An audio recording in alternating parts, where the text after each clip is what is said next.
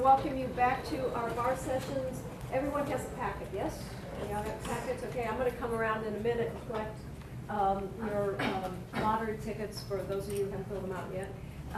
You all know Professor Martin, who is going to speak to you today about commercial law. I want to urge you to pay really close attention to everything she says, because number one, she's an expert in the area. Number two, she has spent a lot of time looking at how the bar tests the area of commercial law. She's going to focus on Articles 3 and 9 because we've done some talking about Article 2 already.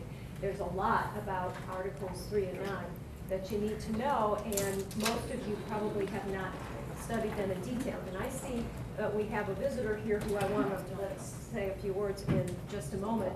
I'm going to turn the floor over first to Peter Kelly, who's going to talk about, I guess, your barbecue. That's all. You got it. I'm a man of few then words. We'll turn the floor over to Professor Martin. So here. You already covered it. Yeah, well, please. Yes, so next, thank you, Dean Singer. Next Friday, after Judge Shepard's presentation, That right? is correct. He'll be presenting from 3 to 6. We'll have burgers and hot dogs, and salads and everything, Cokes, maybe a few beers for you to enjoy. It's our little treat for you because we know how difficult this bar prep process is, but we want you to have a good meal next Friday night too. Is anyone vegetarian, by the way? Okay, we always have Boca burgers too. Any other food preferences?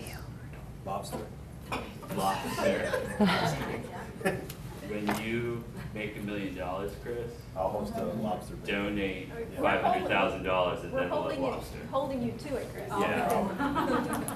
All right, so see you all next week. It's a good time. We'll have some faculty members there too. So, thank you. Okay, All right, Professor Martin. great. Glad to have you guys here. I've had a number of you guys for contracts and for business associations. I have only had 2 of you guys, unless other folks are coming in the door, for any kind of commercial law. And there's nobody in this room who has taken both payments and secure transactions. So there is something for everybody to learn happily. And I will consider you guys all novices, and hopefully we'll be able to figure out what you need to know. Now, maybe some of you guys avoided commercial law because you had enough UCC and contracts and you were like, oh, that was terrifying, so I'm going to stop right there. Hopefully we'll get you enough to get by. You know, in order to dull the pain, not only do you have pizza, but in Martin style, I always bring candy, and I also brought some granola bars for someone if you're trying to eat more healthy. But I did bring some snacks, so feel free to help yourself. And there is a lot there, and I knew that there wasn't a lot of you guys, but I have a lot of first years this semester too, so don't eat it all or they will be quite dismayed. Is the bar going to ask you about UCC law in February? I don't know. I felt more comfortable in July saying that I was sure that they were going to get an Article 3. So the things in favor of them asking you UCC is they've not asked UCC in February at all yet. So the things against it is that they just asked Article 3 in the summertime, and Article 2 in the summertime. So hard to say.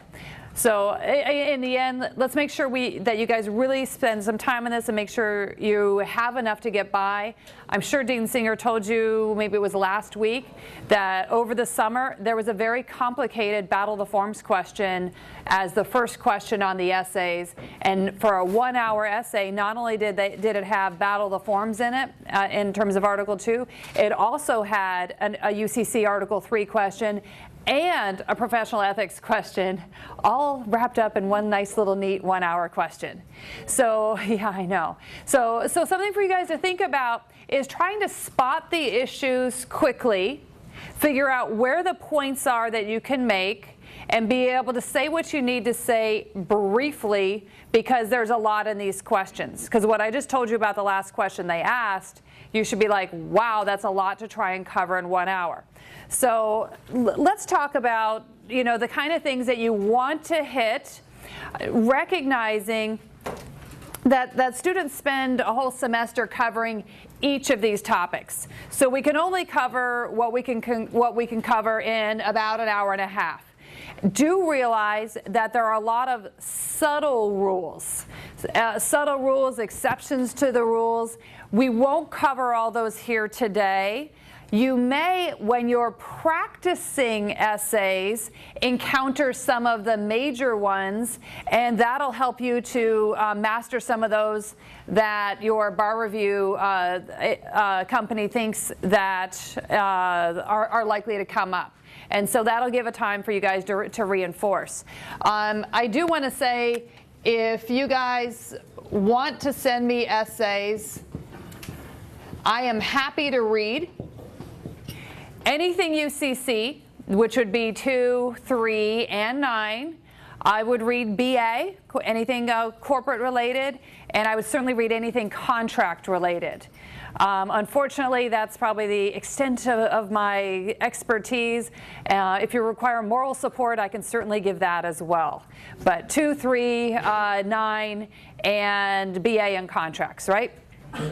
All right, so please do send me some. If you practice, it will help, especially since none of you guys have taken, I don't think I have anyone in here that took Article 3, so which means it's new for all of you guys, right? So one of the things that I have done this for a couple of bar exams, and I really went back and worked on the PowerPoint a little bit yesterday to try and think of how this could be most helpful now knowing that Florida has actually asked Article 3. No, in the past, they hadn't asked Article 3, and we could only guess what they might ask, and based upon what other states might have asked.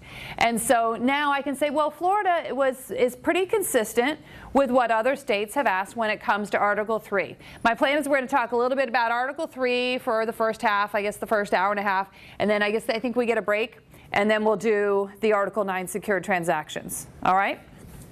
So most of the points on the bar exam will go to 3 areas. 3 areas: negotiability, holder and due course rules, and liability of the parties. So 3 areas. Have any of you guys had any negotiable instruments in your bar review class yet, or is this the first time you're getting it? All right, so a couple of you guys. So for many of you guys, this is the first time you've heard anything about this.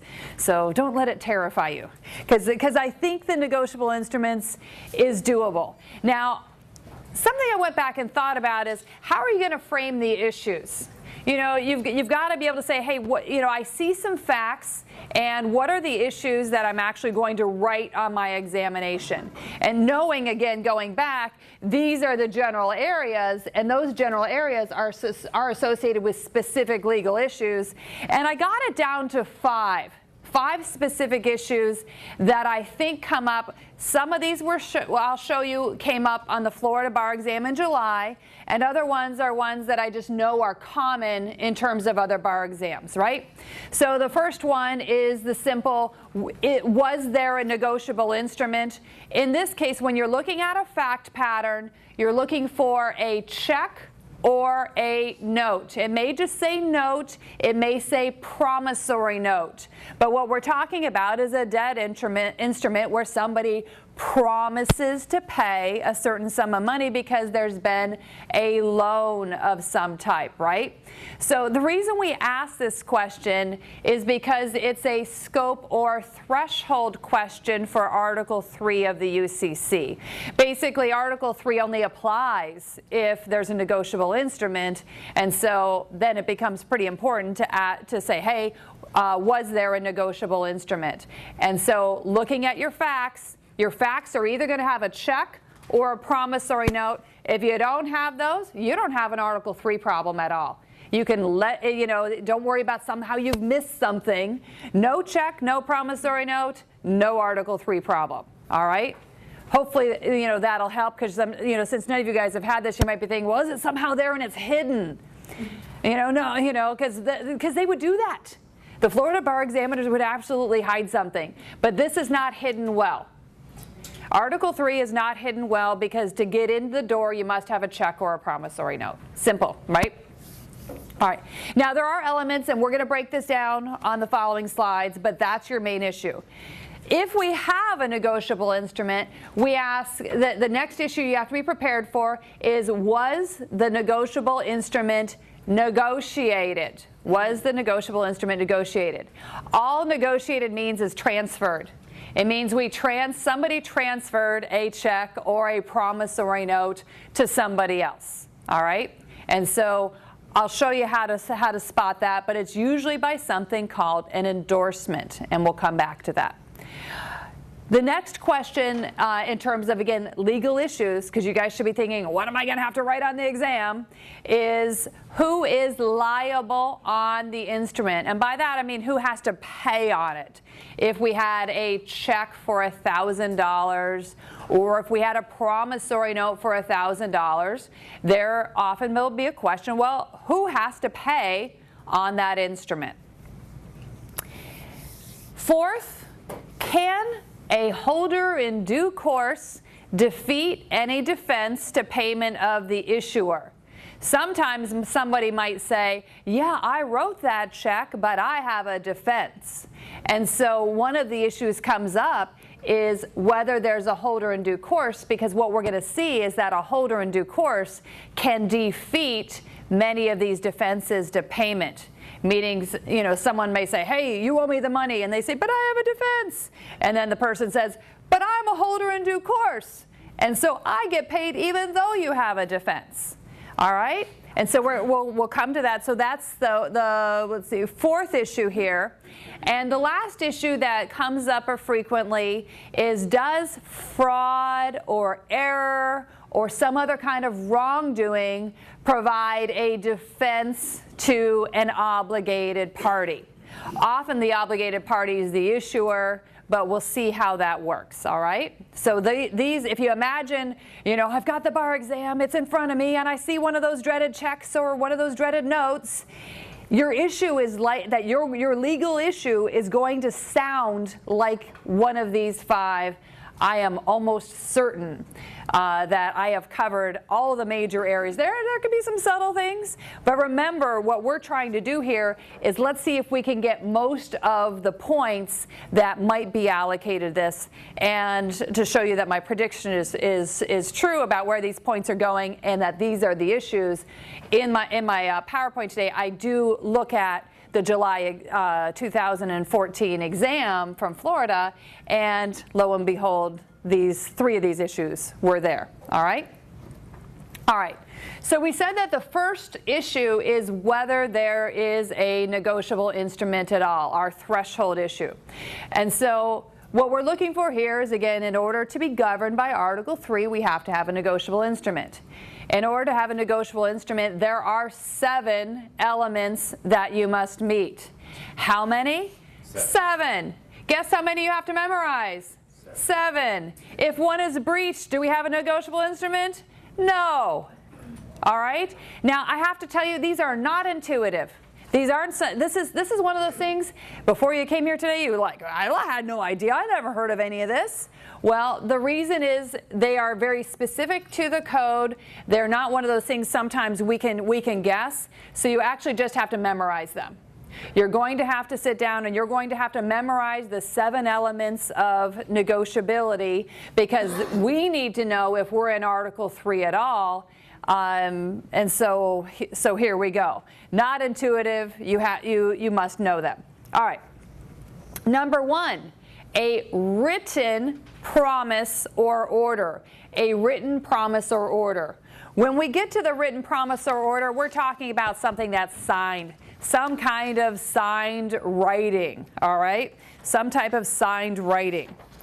In the bar exam problems, it's usually easy to see whether there's a signed writing. Most often, this element is met. I don't think I've ever seen a bar exam question where this element was not met, and so your guys' job on the bar exam is you would actually list out all 7 elements, and you're going to say, this is satisfied here because of this is satisfied here because of this, and you'll just go through each one of them. Don't make a mistake and only go through the ones you think are at issue. You actually have to go through all 7 because we need all 7. All right? Second, The obligation, meaning the promise to pay money, because remember this is debt, if someone borrows money, it has to be unconditional. And so this should go back to your contracts class, those dreaded conditions. You know, if something happens, well, if I have the money, then I will repay this loan. That would be a condition, right? And so things that are conditions will bust negotiability, and the item will not be negotiable for that reason, all right? So no conditions. Third, the amount of the obligation has to be fixed. That means we have to know that, say it's a promissory note for $200,000. We have to know that it is a discrete amount. It is okay to have interest. You might say, well, interest means, you know, we won't know exactly how much it is. It's okay. The UCC itself expressly says the fixed amount portion is not somehow defeated by interest. And this would be true even if the interest was, you know, the prime rate as specified in the Wall Street Journal from time to time. So we might not know exactly what that is. You'd have to go to another source to find it, but that does not bust negotiability. It's not just where you say, oh, interest is at 3%. We don't have to just say it. We could even say it's by reference to another source, and that's still okay and does not destroy this element. All right, fourth, must be for the payment of money. Not payments in cows or in services or in lima beans or anything like that, or pizza. It must be payment in money. Now, I have not seen a bar exam question that somehow it wasn't money. Everyone I've seen, it's always money. So you guys just have to say, hey, this is in US dollars for, you know, 200,000, right? And with the interest, sometimes there's interest, sometimes there's not. And they just want you to make the observation about whether the amount is fixed. All right, number 5, payable to bearer or to order. This is one we actually have to say in the instrument that something is payable to bearer. And payable to bearer means the person who has it gets it. So we could say payable to bearer, and then that way whoever has the instrument could then get paid on it. Interestingly enough, the other possibility is paying to order or to the order of. And you know, you guys probably, does everyone have a checking account? I know we don't all write paper checks anymore, but I suspect you guys have all seen them. And then I've got an example of one in here in case we have all missed it somehow. But on checks, it's always pre-printed and it says pay to the order of. And if you ever wonder, why did they have that on there? Well, it's because of this. We need that order language. So we just go ahead, and the banks know that you guys would screw it up when you're writing your checks, and so they pre-print it for you, and so that way the world goes round just fine. And if that gives you a hint that a check is probably a negotiable instrument, that's probably a good guess. We also write checks for fixed amounts of money. We write checks unconditional. There's nowhere to write conditions on it, right? And checks are in writing. So do you think a check is probably a negotiable instrument? Yes. So it's interesting, if you get one of these on the bar exam, if you have a check, doing the 7 elements of negotiability is going to be really, really fast. You're going to just breeze right through it because I've never seen one that wasn't a negotiable instrument because of the way the code works. Now, promissory notes, on the other hand, sometimes have some wrinkles in them that you have to have a little more analysis. You understand that distinction? Checks, almost an issued check is almost always a negotiable instrument. It's very difficult to destroy negotiability, presuming we've actually issued it. All right. On demand or at a definite time. That goes to when can somebody get paid? And again, checks are by their nature on demand. Even if you somehow post-date a check. Even a post-dated check is payable on demand. And so again, this is why checks are negotiable instruments. They've set up that system so checks actually are. Promissory notes, on the other hand, can be payable sometimes at a definite time. Or sometimes they'll say they are payable on demand. And the reason they would say this is because of this element number 6. All right? I have seen a bar exam question where they said payable December of 2015, but the borrower can extend the loan for, let's say, a year by giving notice to the lender. And that is still at a definite time, because once you give the extension, we know it's the following year. But of course, what the examiners wanted in that case was for you guys all to say it's still at a definite time because we know when the money is due. All right. So last one, no additional undertakings. We call this sometimes the courier without luggage. When we have a check, there's not any room to put a whole lot else on it. So checks are going to be okay on this. Promissory note, though, if we tried to write a promissory note, sure, you could put a condition on it, which would give you problems under 2.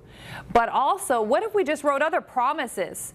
I promise to repay $2,000 and to come over and tutor your brother in commercial law for the bar exam.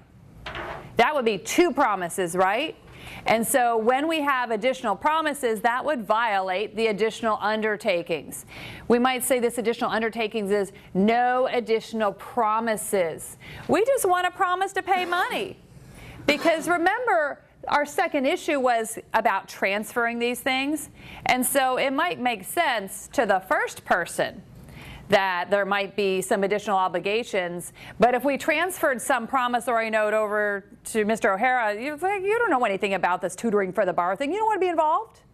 And so it's okay if we make a document that has that in it, but it's just not going to be a negotiable instrument. It's just going to be a plain old contract. And if you bust one of these, don't say that it's not enforceable. It is enforceable. It's just a contract. It's not governed by Article 3.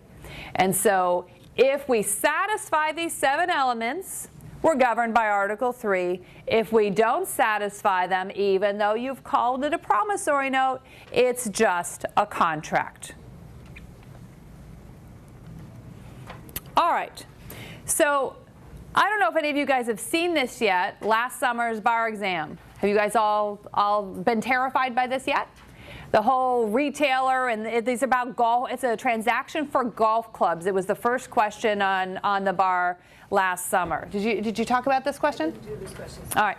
So lots in this question. Obviously, I'm not going to talk to you about the Battle of the Forms part. I'm going to skip down to the part that comes up under Article 3. So in the middle of this, it says 5 days after retailer received the 500 golf clubs, retailer sent a note payable on demand to the order of manufacturer in the amount of $196,000, $200,000 minus the 2% discount. Upon receipt of the note, manufacturer immediately endorsed it over to its titanium supplier to pay for previous purchases of titanium. Now, is there a check or a note? Yes. Just look for the word note. So here it says that there's a note. So now we have a potential issue under Article 3. Now I have to say, when it comes to UCC world, it's important that we use the correct buzzwords. So the person who's borrowing the money in a promissory note, we call them a maker. A maker. And the person who has lent the money and who's going to get the money back, well, not always, but the person who's going to get paid is called the payee. So if I'm borrowing money and I'm going to have to pay this, I'm going to be the maker, and the person I'm going to repay is called the payee. And this is probably important when we get to checks and then when we get to UCC Article 9. There are some specific terms of art, and the bar examiners are going to expect you to say the specific terms of art. They'll want you to say Article 3 of the UCC applies to, we say notes and drafts, which includes checks, right? And then if you have a promissory note, they're going to want you to say, in this case, retailer is the maker. You're gonna, retailer is the maker, and manufacturer is the payee on the note. So we're going to go ahead and use those language. Now, we've got this issue about transferring, which is the second issue.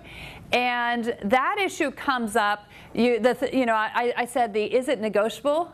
The buzzword that you're looking for that is probably going to be a promissory note.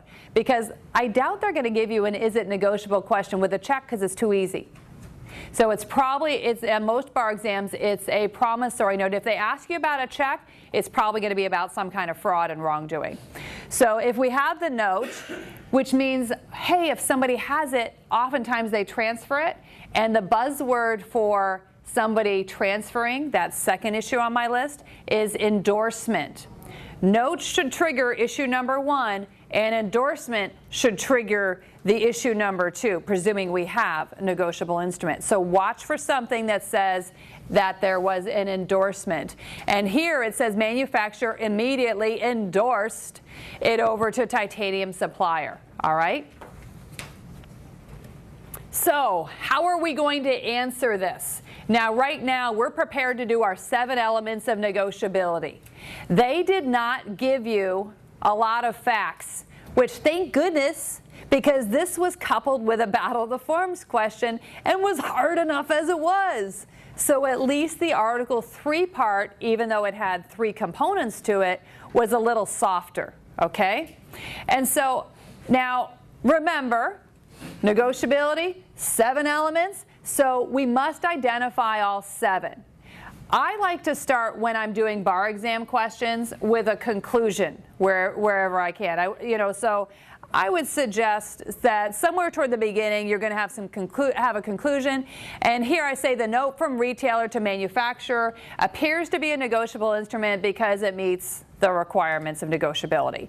And then the way I like to do this, and I've seen this on a number of bar exam answers, is just to list out the 7 on each line.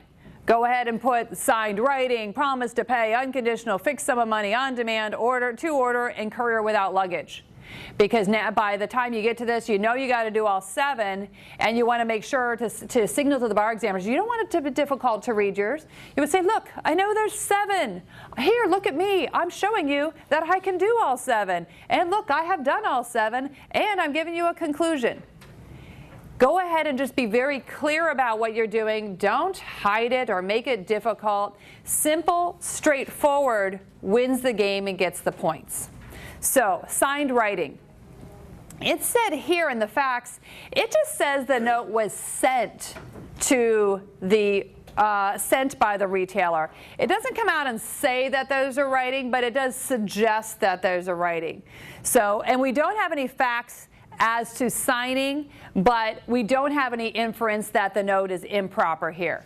So I'm going to say that this was satisfied, even though they didn't give us a whole lot of facts. It said they sent a note, which tells me I'm going to presume that it was probably done properly. Promise to pay. Again, the facts do not stipulate that the retailer promised to pay, but again specifies that it was a note.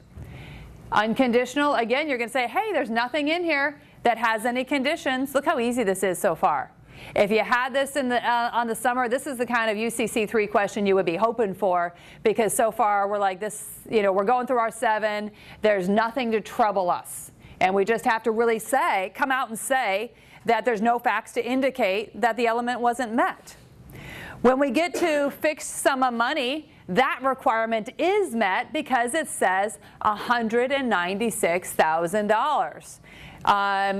I might have thrown in, just to show my superior brilliance, that they could have had interest here or not have interest, meaning we don't have to have it, and so this element is met. On demand or at a definite time, it actually says in this problem that the note was payable on demand. This, I guess, would have been another hint to you that this was screaming for the 7 elements of negotiability. I don't know, personally, if I see a promissory note, I'm like dropping my 7 elements, because once you figure out this didn't take very long, because you're gonna memorize those 7, and even if you have some wrinkles that you don't know how they work out, cover as many of them as you can, and then once you have the elements, maybe you won't get a couple of them right, but you're probably going to come pretty close and get most of your points. Payable to bearer or to order, in this problem it actually says that it's payable to the order of manufacturer. The reason they said that in the problem is because they were thinking about those darn 7 elements of negotiability. They gave you information as to the amount of money, they gave you information as to the demand, and they gave you information with respect to payable to the order, or pay to the order. And that should have by this time been screaming, hey, we got a really easy 7 elements of negotiability here. The last one, courier without luggage. This is one where you are actually, just like conditions, you're looking for the absence of something. And that's all you need to do. You don't want any trouble on that prong. You just want to say, hey, there's no additional undertakings, no additional promises here. This element is met. Sometimes with the 7, you're actually just observing, hey, there's no problems here. It may not be anything you have to affirmatively show. You just have to note that there's nothing going on. At this point in time, we've done all 7 on the golf problem from summer, and so all of them are satisfied. And so my initial conclusion that the note from retailer to manufacturer appears to be negotiable would be satisfied. All right, we all good? 7 elements, just memorize them. No way around it. All right, so sometimes there could be a check. Remember, Article 3 applies to checks and promissory notes. So just like we have makers and payees for notes, we actually have some terms of art when it comes to checks. We have, say a customer of a bank, a buyer of goods, we call them a drawer on a check, and we also will say that they are the issuer with respect to an instrument. The person who's getting paid on a check, we call them the payee, and the payee probably has their own bank. We usually call them the depository bank. And then on the other side, the customer or the bank, your bank, is called the drawee or the payer bank. So on your guys' checks, there's a bank or a credit union or someone like that specified, and they're the ones who ultimately are going to get paid. So checks look like this. I'm suspecting all of you guys have seen one of these beauties before. Obviously not with all these little descriptions on them. The important things for you guys to remember about checks are to use the terms of art. Payee for the person getting paid. Drawer for the person whose name is on the bottom. Drawee for the name of the bank. All right? Even though we put a date on a check, dates are still payable. Checks are still payable on demand. So in terms of our 7 elements of negotiability, if you get something regarding a check, checks are going, don't spend a ton of time on those 7 elements, because, just do it really, really fast. Checks are signed writings, they're for fixed amount of money, they don't have any conditions or additional undertaking, they're payable on demand. Courier without luggage, they say pay to the order of already, so therefore they meet the 7 elements. You could probably do it in 2 sentences maybe. Don't get all crazy if it's a check, because if it's a check, there's going to be something else going on, and you don't want to spend your time on this part. But over the summer, on retailer's note, they actually wanted you to go through all 7 kind of methodically. They purposely gave the promissory note. They gave a little information. They wanted to make sure people understood the 7 elements and went through all of them. All right. So retailer's note. It's a negotiable instrument. Remember I said issue number 2. If we have a negotiable instrument, then we have to ask, has it been negotiated? And we actually negotiate it to a holder. And holder is the term of art, just like negotiated is the term of art. You could say transferred, but since negotiated is the term of art, you should use the word negotiated. All right. You might say, well, why do we care about this whole negotiated business? Well, if we could identify someone as a holder, then they can call for payment, meaning they get the money. So thinking about retailer's note, if that note is negotiated to somebody else, which we're going to see, then they may be able to get paid. And there was $196,000 on the line, right? So, all right. So negotiable instruments are transferred by endorsement. My guess is you guys have all done this before when you have a check and you turn it over on the back and you sign your name. Is there anyone who's never done this or never seen it? We've all heard of this, right? All right. It's called endorsements. And the process of endorsement plus transfer of possession makes somebody a holder in most cases. Now, if something is made out to bearer, then transfer of possession is enough, all right?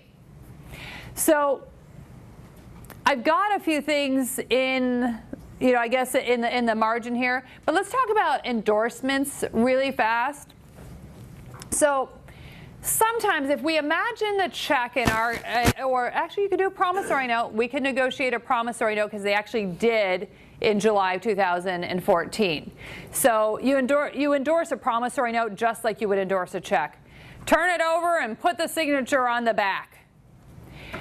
You could put the signature on the front as well, and it would do the same, so long as it's not on a issuing signature block, technically. But I've never seen a bar exam question where it's anything but it just either says endorsed, or it says they turned over endorsed it, or they turned it over and signed it. They're just wanting you to go through, hey, was it negotiated to someone who's a holder who's then going to claim for payment? All right, so we can imagine in our case our check is made out, our promissory note's made out to a manufacturer, right? So when we think about endorsements, we might have anomalous endorsement, meaning somebody stole the check or the promissory note and they just signed their name or someone else's name, but it's not manufacturer. We call that anomalous. Those have absolutely no force and effect at all. Somebody steals it and signs a name, well, they're not entitled to, because our promissory note was to manufacturer. All right, next possibility is somebody endorses in blank. Now, interestingly enough, our problem over in July didn't go through any of the endorsements, but I have seen bar exam questions that do. Usually in those cases, the bar examiner just wants you to say, hey, somebody endorsed, and it's this kind of endorsement, and it has this particular effect on somebody becoming a holder.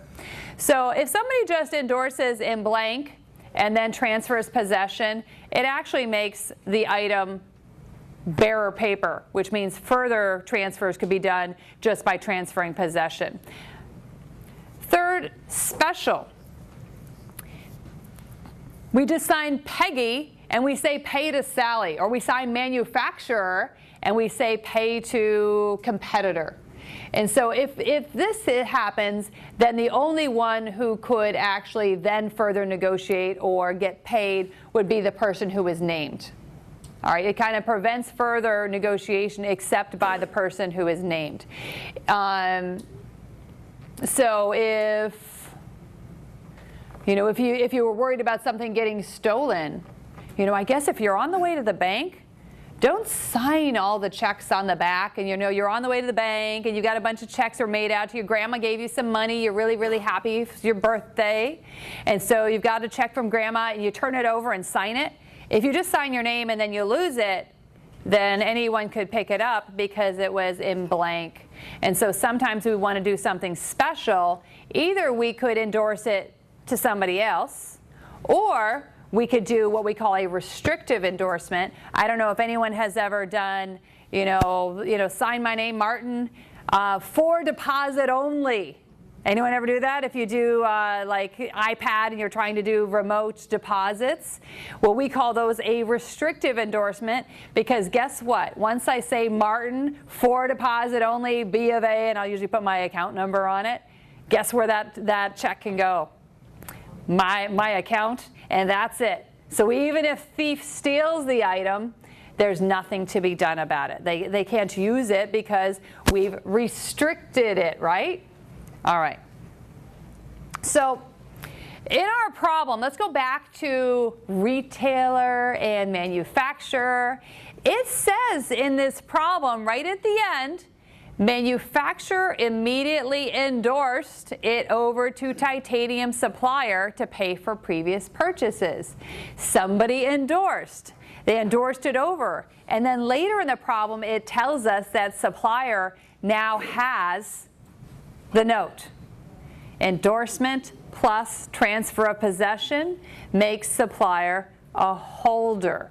And a holder can get paid because they are a person entitled to enforce the instrument, commonly called a peach, if you've heard that. So again, I like to start with a conclusion. So I would say here, supplier is a holder of the note and can demand payment. The payee can transfer the note by the process of negotiation, which requires an endorsement.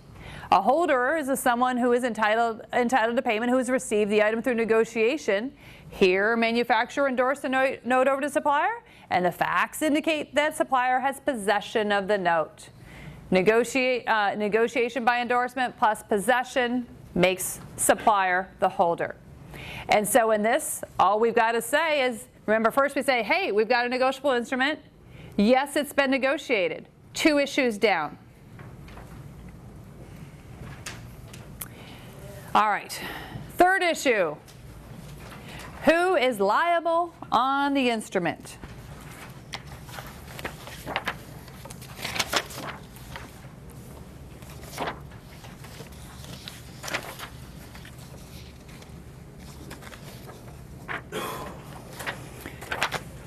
We have a number of possibilities here, and a couple of these were raised in the July exam. So the person who is most likely to be liable on the note or check is going to be the issuer, which would be a maker on a note or a drawer on a check. And so sometimes we just say the issuer because that way it doesn't matter which one we're talking about, right? They typically have liability. Second class of persons is endorsers. The person you never knew when you signed on the back of those checks and endorsed it. I bet you guys never thought that you might have to pay on that if somebody dishonored it. Oh, very unfortunate. But indeed, there's a lot of potential liability. Third, transferors. Fourth, presenters. And last, the drawee bank. So we'll go through each of these individually and see how they work. So easiest one, and the one that most often comes up, and the one that was specifically asked about in July, was about the issuer. The issuer is absolutely liable on instruments they issue according to the terms at the time it was issued. So if we issued a promissory note like a retailer did for $196,000, they are absolutely liable for $196,000. So any signature that they intended to authenticate is enough, and it will bind them. The drawers, meaning if we've got a check, their obligation is discharged when a bank accepts the draft. All right. So let's see. Oh, I think that's out of. Let's put, and we'll put that. We'll come back to issuers. Endorsers. Remember the people who sign on the back of the item? The rule for endorsements is if somebody endorses the back of a note or a check, and then the item is dishonored. Have you all ever heard that? A check being dishonored? Sad business, meaning the bank doesn't pay. If that happens, then somebody who endorsed must pay the item if it's dishonored. This can happen because sometimes the bank, usually a bank, has had a loss, or someone else in the system has had a loss, and the drawer, who, remember this issuer who we said is absolutely liable, sometimes when they write a bad check you can't find them. And if you were the one to endorse, then you might find yourself liable on the instrument.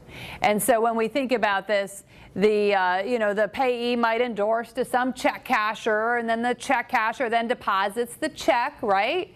And then ultimately it may go to a bank, but unfortunately it might come back. And so if the money has been withdrawn and somebody has left, we might see the depository bank going to the check casher and saying, hey, you endorsed this. And then the check casher is going to come to the payee saying, hey, you endorsed this. And so if they have some loss, they can pass it back for 30 days. So thankfully, that endorsement, if you've ever signed these things, which I'm sure you all have, it's only good for a short period of time, 30 days. Must be dishonor, but if there's dishonor, for 30 days, the endorser may be liable by those further down in the chain. Endorsers. Seems every signature comes with potential problems, right? Never sign things without knowing what the responsibility is. All right, I said transfers and presenters, right?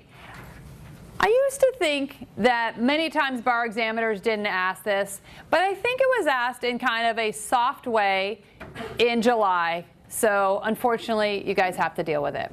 So a transferor is somebody who may endorse, because you know we transfer by endorsement, right? But I said that if someone is bearer paper, then they may not endorse at all, right? So no matter how we transfer, transferors have some additional liability. We actually say they make a warranty. So transferors make a warranty.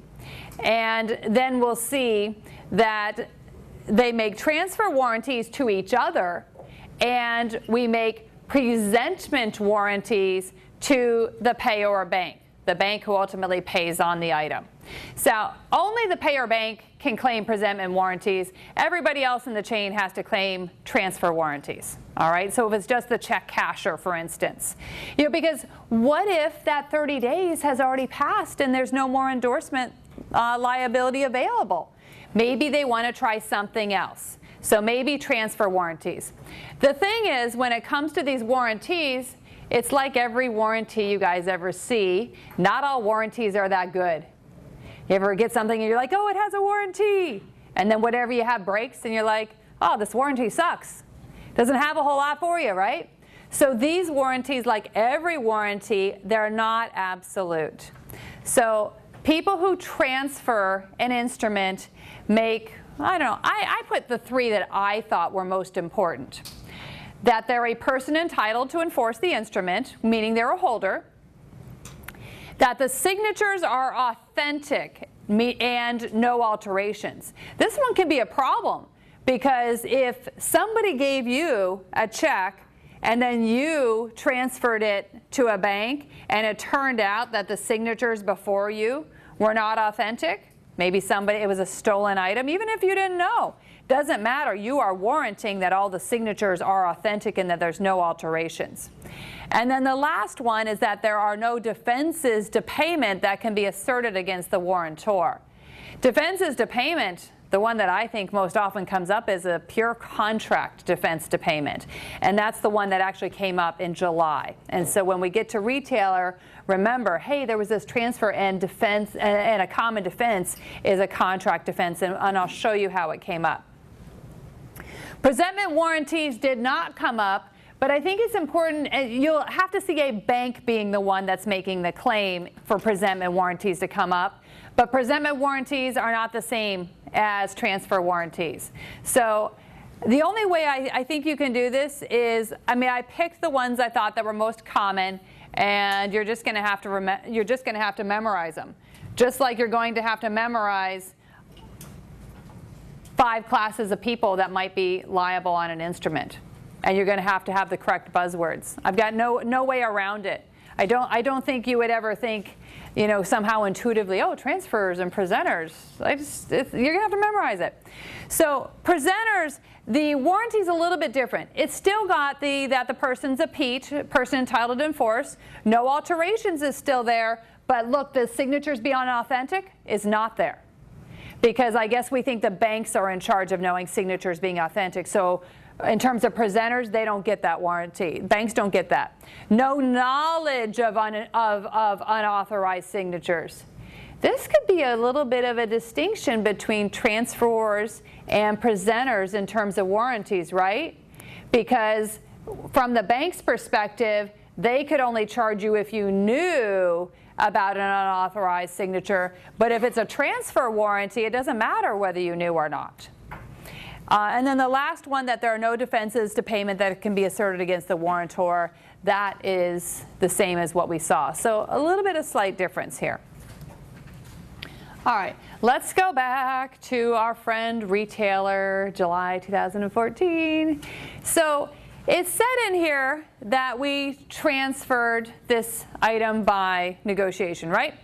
So I would go through each of those 5 classes of people and see if they're raised here. So first, issuers. Retailer issued this promissory note, so they have absolute liability. That's all I would say. You don't need to go into anything more. That's the rule. Manufacturer, as an endorser, only has liability if the note is dishonored, which has not happened. One sentence again, right? Endorsers. Now we're on to transfers and presenters, right? Manufacturer also transferred the note and could have potential liability. And then I listed what the transfer warranties are, and then I said, here, there's a defense to payment in this problem. When we look at the problem, the part that you guys may or may not know about, the order was for 1,000 golf clubs, but the manufacturer only sent 500 golf clubs. So if you're 500 golf clubs short and you're a retailer, do you want to be paying for the whole thing? No, you're going to have a defense, a breach of contract defense, right? And so when the note is presented, that would be a breach of contract defense good against manufacturer. And manufacturer would have known that they didn't send all the golf clubs, right? And so when it comes to the transfer warranty about defenses, here we would say that manufacturer has breached the warranty and could be liable to the people downstream, supplier and competitor. All right? Now I want you to say, that one took the longest in terms of my writing it up. That's why maybe I just don't like having to do presentment and transfer warranties. But here it really was raised in, I would call it a roundabout way. And so I would think that you should have taken care of it on July 2014. Notice not all of the things are in here. It's just 3 of the categories. Issuers, endorsers, and transferors came up. We didn't really have a bank involved in July 2014. All right? All right. So something to think about, and this is probably going to come up if you have a check. And I saw this may have been a Barbary or PMBR multiple choice question. And one of my research assistants who was taking the bar, she brought this to me and asked about it. So I put this in the presentation.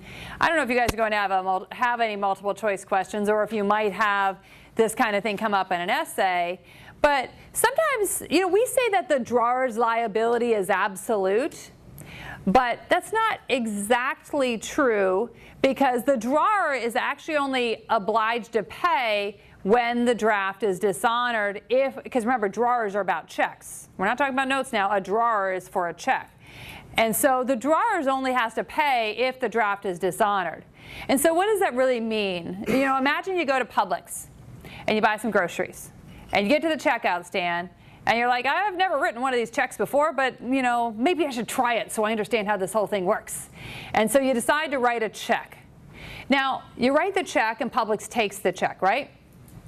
So Publix isn't going to ask you for cash and a check, right? They're just going to take your check. And so you don't have to worry about giving Publix any money unless your check is dishonored. If your check is dishonored, guess what Publix is going to do? They'd be like, where's the money? And so the way the rules work is when you write a check or give a note and the other person accepts that as payment, then your obligation to give them cold hard cash is suspended until the item is requested payment, and unless it's dishonored.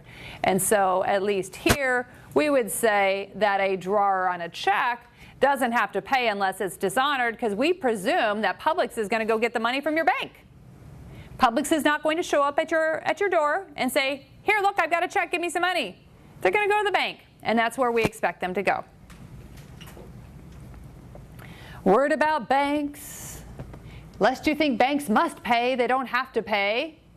Banks are only obliged to pay if they accept the item. If they accept the item, then they have to pay. Otherwise, they dishonor it. If they dishonor it, drawer's got to pay. If they accept it, then the money comes out of the account and they pay. And that's kind of how that works. Oh, I'm going to pass over that. All right. Next issue. Does a holder in due course get paid? So let's presume in our retailer case, we had a negotiable instrument. It's been transferred by the process of negotiation. We know that we have a holder, manufacturer, well, we have a payee manufacturer who has transferred the item to supplier who is a holder, right? And I think supplier in this problem is actually going to then transfer it to competitor. And so we're actually going to go from manufacturer to supplier to competitor with this note. So competitor finally is going to be the one who's the holder, and the question is, can they get paid? And of course, we know lingering out there that there's a defense because retailer only got 500 golf clubs, right? And so we know there's a problem with this note. And so the question is, well, I know there's a problem with the note, but can competitors still get paid? It depends if they're a holder in due course. And interestingly enough, again, in a very soft, easy way, this came up in July 2013. So we often say there are 3 elements of a holder in due course. And again, you'd never guess these, so you have to memorize them. We have to have a negotiable instrument that's transferred, that's negotiated to a holder. A negotiable instrument that's transferred to a holder. Number 1, that takes it in good faith. Number 2, that they pay value. And 3, innocently and without notice of unusual circumstances. So once you have a situation on an exam where you're like, hey, I've done the 7 elements of negotiability, I've transferred that promissory note, my suspicion is you've got this one coming along. These issues like to run together. So if you have one, you should be looking for all 3 because they're probably there, all right? There's a couple rules. I'm trying to think, I've only seen this maybe come up on one bar exam, but there is something called a shelter rule that somebody who takes from a holder in due course, even if they don't qualify as a holder in due course themselves, they would have a right as a holder in due course. It's somewhat of an obscure rule, but sometimes Florida seems to pull some obscure rules, so just make sure you know that there is this thing called the shelter rule. All right. So if we're going to have a holder in due course, we have to look at all those 3 elements. If we have a holder in due course, you're like, well, what in the world does that mean? We said they're a holder and a holder gets paid, right? So if they're holder in due course, we might like to say they're a super holder. Because a holder might have somebody, they say, hey, let me, pay me on this note. And then the retailer says, oh, I got a defense. They never gave me the golf clubs. Well, if someone's a holder in due course doctrine actually strips a lot of these defenses. So holder in due course doctrine is defense stripping. So if someone is a holder in due course, they can strip a lot of the defenses of someone who has to pay. All right? So when it comes to defenses, there are 2 categories. They're the ones that are good against a holder in due course, and they're the ones that even a holder in due course cannot get around. All right? And this comes actually from the code, it's 3305. All right? Sometimes these are called real defenses and personal defenses. Real defenses can even be asserted against a holder in due course, but they're limited. So I might think, oh, real and personal, if they're real, I know the holder in due course can't do anything, and then everything else is that a holder in due course can defeat, all right? So let's take a look at these. The real defenses are limited, and usually they're pretty important. Infancy, meaning a minor. A minor who signs a promissory note, for instance. So imagine my 7-year-old Marshall signs a promissory note, and somehow it winds up in the hands of some bank, and then they come knocking and want to get their money out of Marshall, who's 7. He's like, but I'm only 7 years old. And they say, but we're a holder in due course. And then I would have to, I guess, say on poor Marshall's behalf, but he's a kid. Infancy, that's his defense, and that is good even against a holder in due course. Duress. You all studied that in contracts, I hope, at least a little bit. Duress is good even against a holder in due course. We mentioned the last one before we go to fraud. Bankruptcy discharge, also good against a holder in due course, because it's bankruptcy, right? The one that tends to come up on bar exams is the fraud defense. And what they want you to do is to see if you can distinguish between fraud that's good against a holder in due course and fraud that holders in due course can defeat, all right? So a holder in due course cannot get around what we call fraud that induced the obligor to sign the instrument with neither knowledge nor reasonable opportunity to learn of its character or essential terms. Sometimes we call this real or essential fraud. Real or essential fraud. This type of fraud, even a holder in due course can't get around. The difficulty is you gotta prove it. Because not only does it require that somebody signed an instrument not knowing that it was an instrument, but they can't have even had opportunity to really figure it out. This comes up where you have a fact pattern, and it's almost always exactly this way. Somebody signed a note, and it's nearly always a note, but they thought they were signing something else, like a receipt, or a Christmas card, or a letter, and with no intent to sign a promissory note at all. And we must have some reason for excusable ignorance. Maybe it was in a stack of documents brought to them by someone who normally gives them a stack of documents. The case where the person was not able to claim it, and sometimes you'll see this on bar exams or on bar exam practice problems, is the person is signing a promissory note. They know they're signing a promissory note, or they might think they're signing something. It could be a promissory note for the wrong amount, or it could be they're signing something else. But maybe they need glasses to read it, and they don't bother to go get their glasses. And then they sign it anyway, thinking it's something else or it's for a different amount. Well, that's not really excusable ignorance, so then they lose their fraud defense. So, there's an old, I think it's Nebraska or Kansas case, and it's about a farmer, and somebody brings him a promissory note while he's out on the tractor, and he's like, oh, I don't want to bother my wife to go inside and get my glasses, and so this is all in order, right? And they just signs it. So, holder in due course gets that promissory note, and the farmer had to pay, even though he didn't intend to sign that promissory note. We call this real or essential fraud. If it's proven, but you have to prove it. So when this comes up, if it's the fraud, you've got to prove that it was fraud that induced somebody to sign and that they didn't have a good opportunity to discover the nature of it. Usually if you have this type of inquiry, you're probably going to be making arguments on both sides. Farmer will claim that he had no idea, but holder in due course will claim that he should have gotten his glasses, right? And then you'll be expected to come to some kind of conclusion about whether the fraud, the real or essential fraud, is actually present. If it is real or essential fraud, then the holder in due course does not get paid. In the farmer's case, he had to pay. All right? The personal defenses, the super holder in due course can defeat. They don't have to worry about those. They still get paid.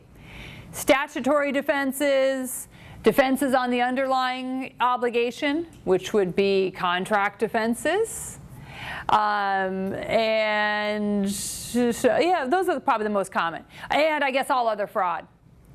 You guys might have seen in your contracts classes cases about fraud. Usually there's like termites in the house, or you may have done the the haunted house case. Oh, the house is actually haunted. Some type of fraud that was done in the transaction. That type of fraud, the holder in due course is not going to be bothered. They're going to get paid anyway. They don't get involved in that kind of stuff. They can defeat it and they get paid. The only type of fraud that's good is the first one. And so you may see a situation in a problem where they give you one type of fraud, or they may give you both. And they want you to say, hey, this one is good against a holder in due course, but this one is not, and then to come out and say whether somebody actually has to pay or not. All right, so back to our retailer from Florida. So remember, we've said negotiable instrument, it's been negotiated, and so now we're like, oh, is there a holder in due course here? And so I said here, supplier is not likely a holder in due course. So the retailer can assert the contract defense. Remember, contract defense is not good against a holder in due course, but the person has to establish that they're a holder in due course. And so I said here that the supplier would claim holder in due course status, but here he paid value. He paid, the supplier will claim, actually no, that's a typo. Competitor will claim holder in due course status. They paid $190,000, but there's a question about whether he was acting in good faith and whether he knew about problems. In this problem on the bar exam, it said that competitor's employee was present when retailer and manufacturer were arguing over the phone about the shipment of the 500 golf clubs. And so competitor's employee went back and told the employer, and so the employer knew about the problems with the instrument. My suspicion is that that would destroy holder in due course status here, because either they didn't take it in good faith because they were trying to make trouble, or they knew about problems with the instrument. And so again, I think it's a soft holder in due course problem. They just want to say, hey, competitor paid value, but these other two are problematic because of the telephone. And so no holder in due course status, which means you can assert all defenses against the competitor here. Yeah. Sorry, you said you made a typo. Yeah, it's not a supplier isn't going to claim HGC status. Well, it's really competitor because they negotiated again, right?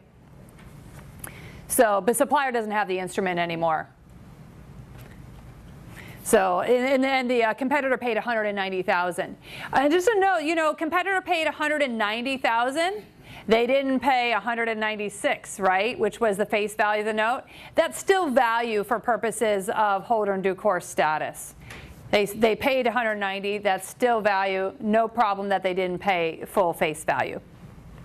So problem is competitor here is not likely to be a holder in due course. And remember, they're a holder. Holder normally gets paid. They're going to go to retailer and say, pay me the money. And then manufacturer is going to say, they only gave us 500 golf clubs. Competitor is going to say, we're a holder in due course. And then retailer is going to say, no, you're not, because of the telephone conversation, right? And if competitor's not a holder in due course, then all defenses can be asserted against them by retailer. All right? So we have a few minutes left, and I guess our first part of our time together to talk about an issue that did not come up in Florida, but I have seen come up on other bar exams. Does some kind of error or wrongdoing provide a defense to an obligated party? So sometimes there's a defense. Oftentimes, these problems come up with a check. Remember the first set of problems I said, look for the promissory note? If you see a check, Oftentimes, it's not going to be the whole going through the holder in due course and the like. There may be some endorsements, but often there's going to be some thief involved, someone who did something or issued an instrument that wasn't theirs, and usually it's a check. So here there are a number of these that come up: unauthorized signatures, negligence, alterations, employees, mistake, fictitious payees, and conversion. And so you would have to do is, if you go down the check route, look for some type of wrongdoing, and you're probably not going to have all of these come up in a problem. It's probably just going to be one of them, and you're going to have to identify which one it is, and you'll have to apply it. All right? So let's go through some examples of each one, and maybe this will help you guys to recognize these. So if somebody, if I write a check and then somebody brings it to me, like if I write a check at Publix, then I guess I'm going to have to pay, or they're going to present it to my bank, and my bank's going to pay, right?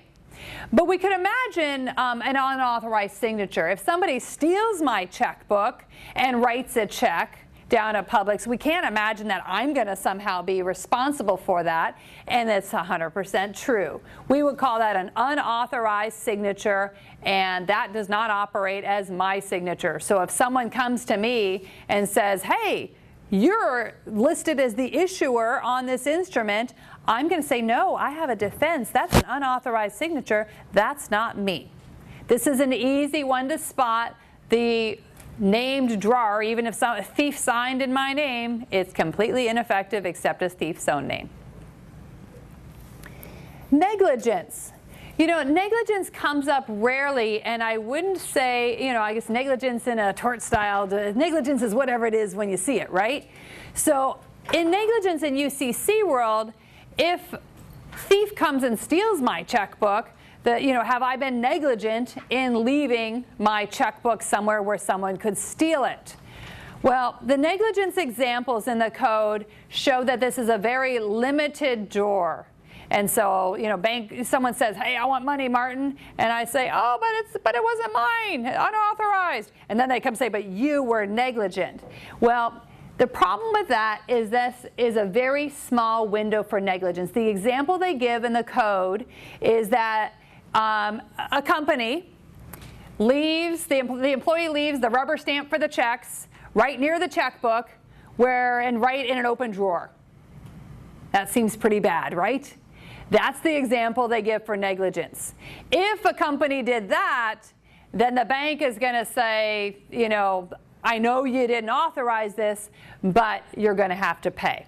Those cases are very rare, so you'd be probably looking for some type of means to sign and a check left right where somebody could steal it. And if that's the case, then even though the drawer didn't authorize the check, there's still going to be responsible negligence. Rare, but it can happen. Alterations. Sometimes somebody, like I might issue a check, but then somebody steals it later on after I've issued it, and they change the amount. I write a $1,000 check, and they're like, oh, let's make this $10,000. The way the rule on alterations work is I'm responsible for the amount I wrote, say $1,000. I'm not responsible for the altered amount, the $10,000. All right? I have a defense for the rest, but I am responsible for what I did authorize. All right. Employee fraud. This is the one that always makes me nervous for you guys. The other stuff, it's memorization, but you all can do that part. This one is a little tricky because there's two rules dealing with employee fraud. There's the employee fraud rule, and then there's what we call fictitious payees. And so the second rule is not called employee fraud, but it involves employee fraud. The official employee fraud rule only deals with endorsements. So if we're using the employee fraud rule, you can only use it if it's an endorsement problem, and endorsements are on the back, right? On the back. And so how do we have an endorsement problem with an employee?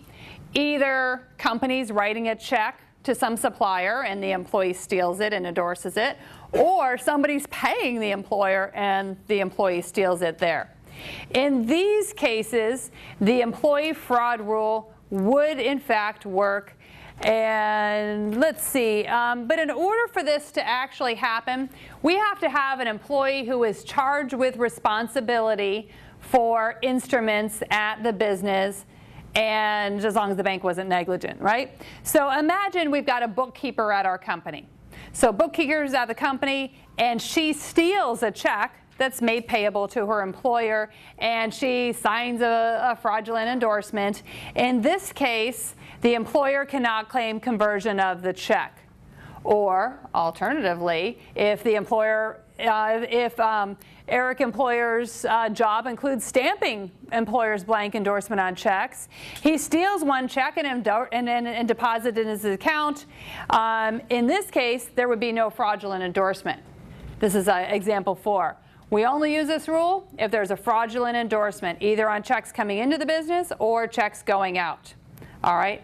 The reason we have this rule is just if the employer hires someone and puts a thief basically in charge of the checks at their business, we're going to let that loss fall on the employer. This is only for endorsements, though. That's the only way which this rule applies. There is a rule on mistake. You guys might hear about the rule on mistake. And mistake sounds like something maybe a bank can use and say, oh, I paid by mistake. I didn't know it was a thief. But even though there's a rule on mistake, a bank can almost never use this rule because they cannot use it against someone who paid value or in good faith changed position in reliance on the item. So if I had the item and I paid someone for it, then the bank can't somehow claim mistake. The bank is going to take the loss. The way this works is an old case called Price versus Neal, and Price versus Neal puts most fraudulent signed checks, the risk of loss for those, on the bank. And so the bank can't claim mistake unless they could find someone who never paid anything and didn't change position in good faith on it. All right.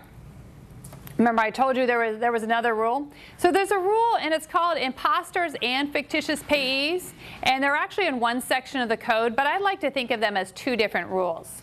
So the imposter rule kind of goes like this. If imposter comes to my door and they say that, I don't know, that I owe them some money, or actually no, maybe let's say that they say that they're, you know, Sam Smith and I owe Sam some money, and they get me to write a check. You know, they're not real, right? They're not really Sam. And so if I'm silly enough to write the check to them, then I'm going to end up having liability for it. So if an imposter convinces you to write a check to them, then the drawer is going to have liability on it. Imposter rule. The other half of this part of the code is called fictitious payees, and this is our other part of where employees come up. You know, remember employee fraud rule, only back a check. But we could imagine sometimes the employee writes the check on the front of the check, right? So Tracy Treasurer is authorized to draw checks for the corporation. It's part of her job, right? She writes a check on corporation checking account to a supplier, a non-existent company.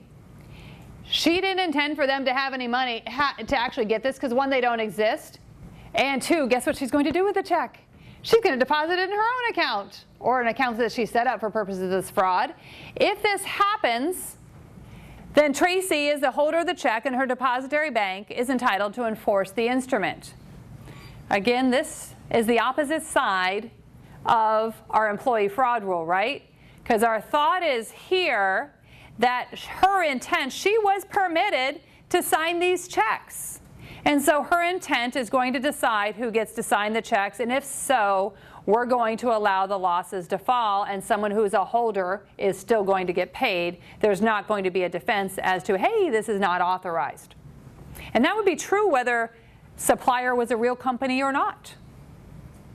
So because her intent is going to decide who gets paid.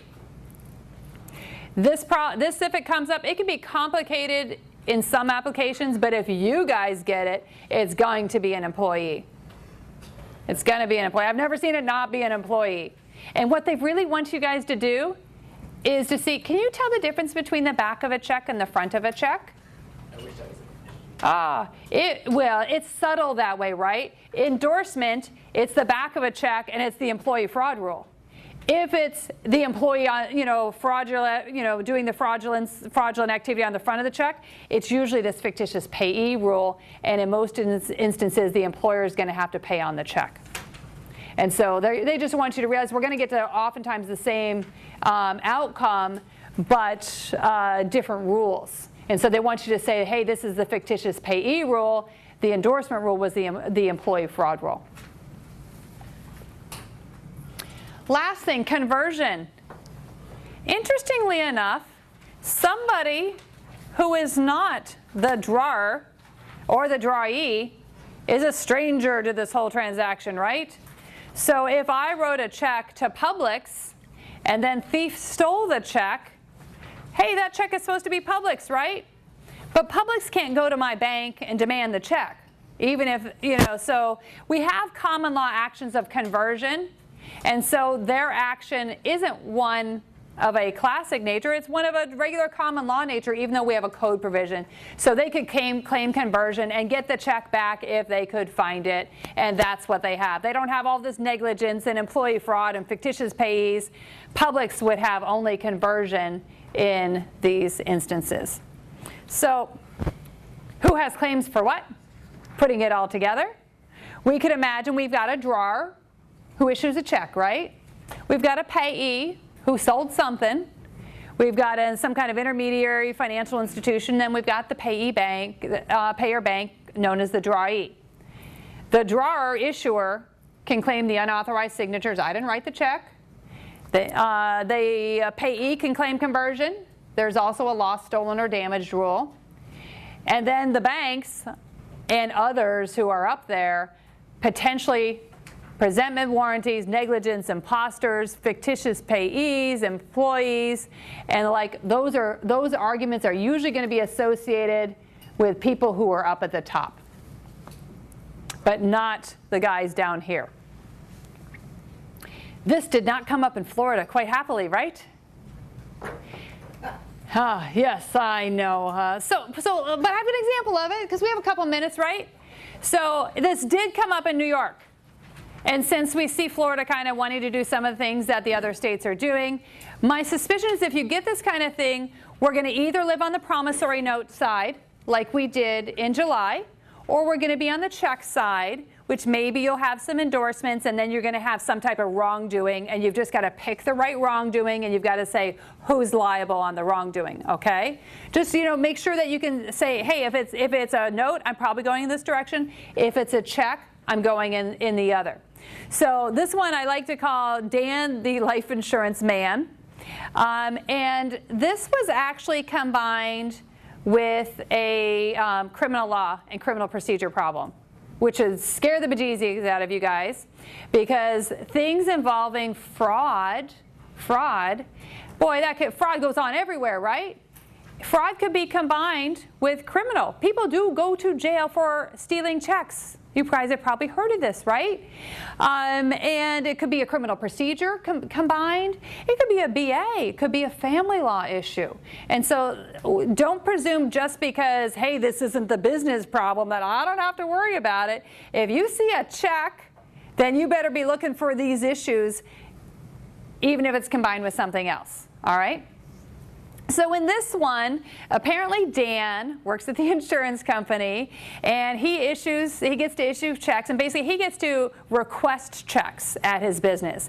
So he requests checks, and he starts requesting checks for policyholders who haven't requested any checks. And then he gets to pick up the checks, and guess what Dan is doing with these checks? Dan is stealing these checks, right?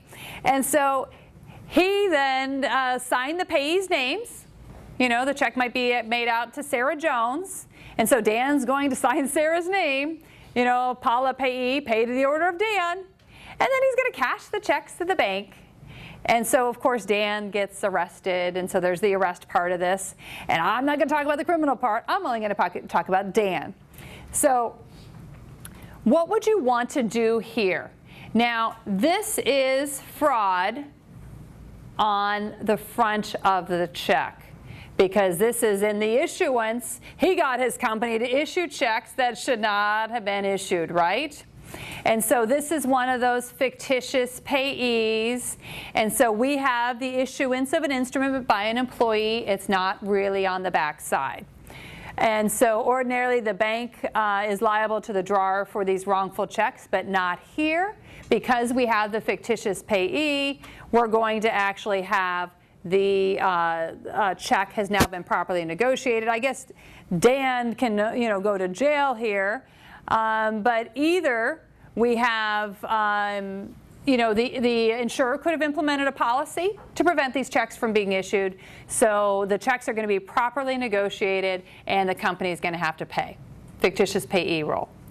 Alternatively, we might, in this case, maybe you'd want to argue that the insurer was negligent in having this process. So this one, I suspect we would have said, we imagine the bank goes to insurer. Insurer, give us the money. Insurer says, oh, we didn't request those checks. That's unauthorized. And then the bank says, fictitious payee and negligence, you've got to pay, and the bank's going to win. Bank's not going to take the loss on this one. All right, does that make sense? These are just loss shifting, and we got to know who has to pay for these things. This, of course, came up with checks, but this one came up in New York.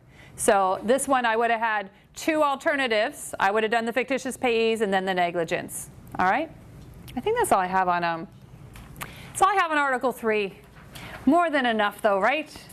Break time.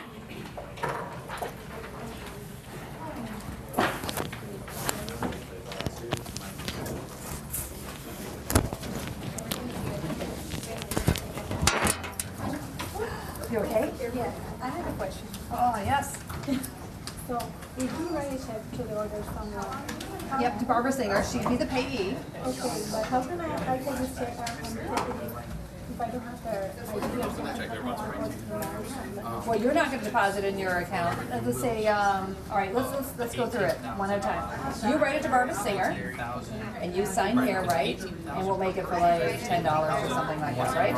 And then she has it sitting over here by her thing, and I see it, and I pick it up, and I'm like, wow, I might go to the bank. And I just deposit it through the ATM. I turn it over.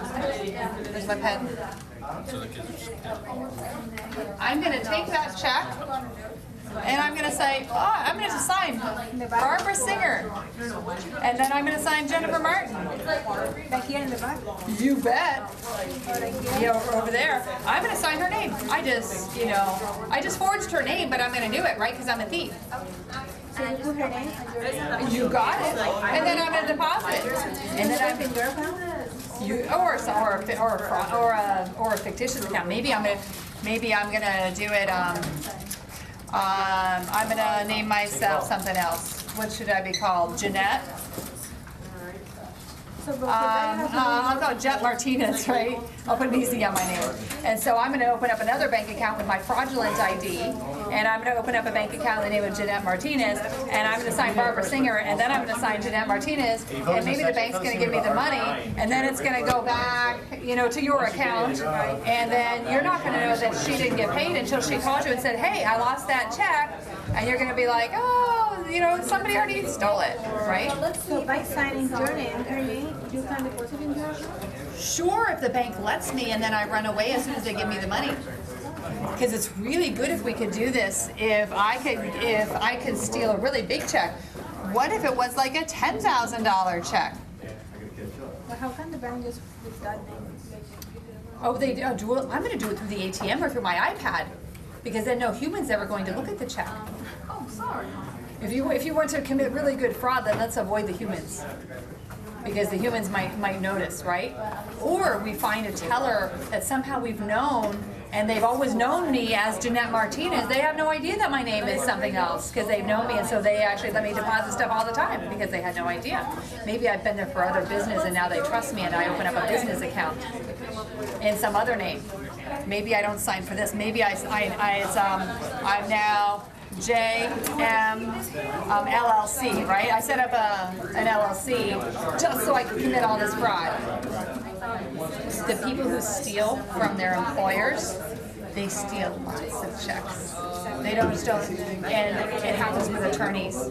Be very careful with whoever's managing your law firm's checkbook, because all of a sudden it'll be one, and you get in trouble with your trust fund because they'll write one, they'll write two, and all of a sudden your trust fund is $400,000 short, and guess who's the one who's going to get in trouble? They're going to go to jail. You know, whoever was your office manager, but you're going to have a problem with your trust fund, right? But, you know, the checks come in the door, you've got a really good office manager, you're letting them take care of the checks and getting everything in, and then all of a sudden, they've spent a whole lot of money on vacations and beautiful clothes, and then they cry, they admit it to you, and they go to jail, or they've gone to lands unknown. It's a very sad business. All the time, they just get out of pen and do it. South Florida is like the fraud capital of the world when it comes to checks. And, you know, one of the, and oftentimes it'll involve something multinational. One of our former graduates, she wrote me a break because she had a client who was living abroad and the bank decided to close the account, so they sent the account money to their local address here in Miami. Thief stole the check, and apparently it was for a lot of money, and negotiated the check and got all the money. And basically, the person didn't notice because they were abroad for like 4 months. And then by then, the thief's gone, and the question is the bank liable, or is the account holder, who has now lost all their money, been liable, right? Because thief just turned it over and signed it. And they got their money and they left. So, very sad, right? Yeah, so all they do is, they're hoping that the banks don't notice that they've done this. Which kills me. Correct? Not all checks are looked at by humans. I deposit things through my iPad all the time. No human is ever going to look at that electronic copy. Sometimes they will if the number is big enough. And so a lot of times the thieves will try and use items that fall underneath that if they're smart. People often will get caught eventually, but they might be able to steal a number of things and be very successful at that.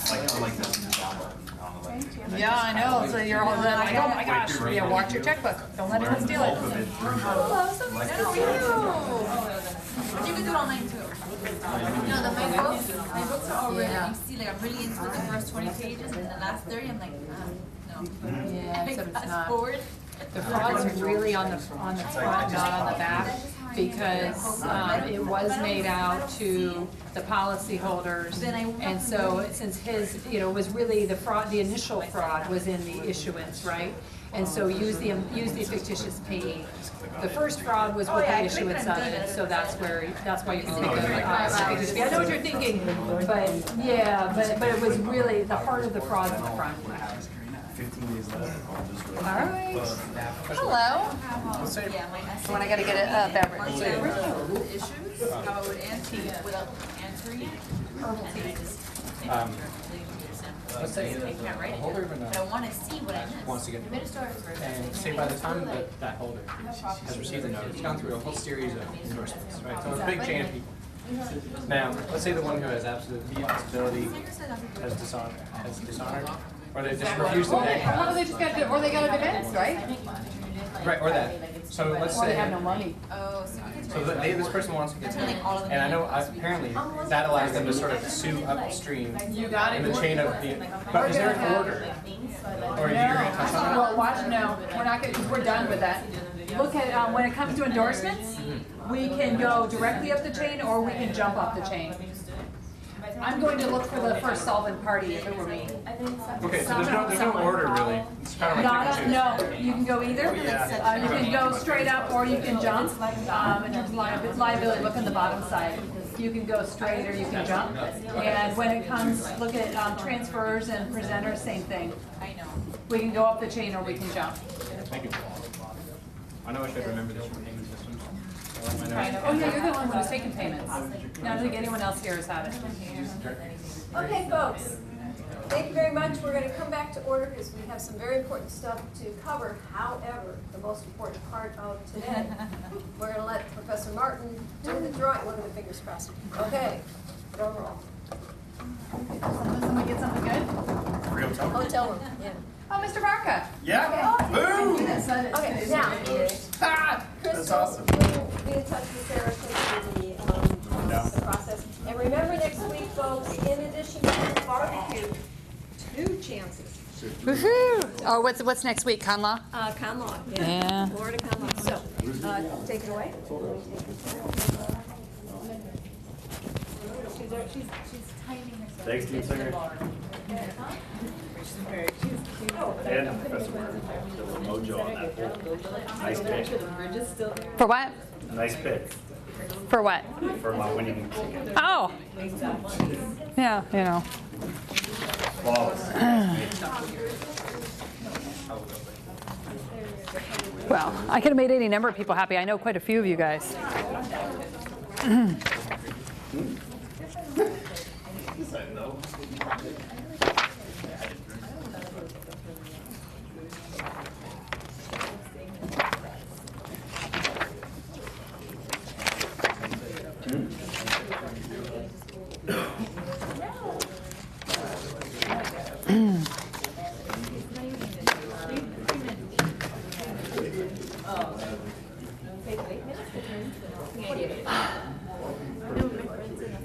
We'll wait for a couple of these people to come back. I know she said to start, but you know.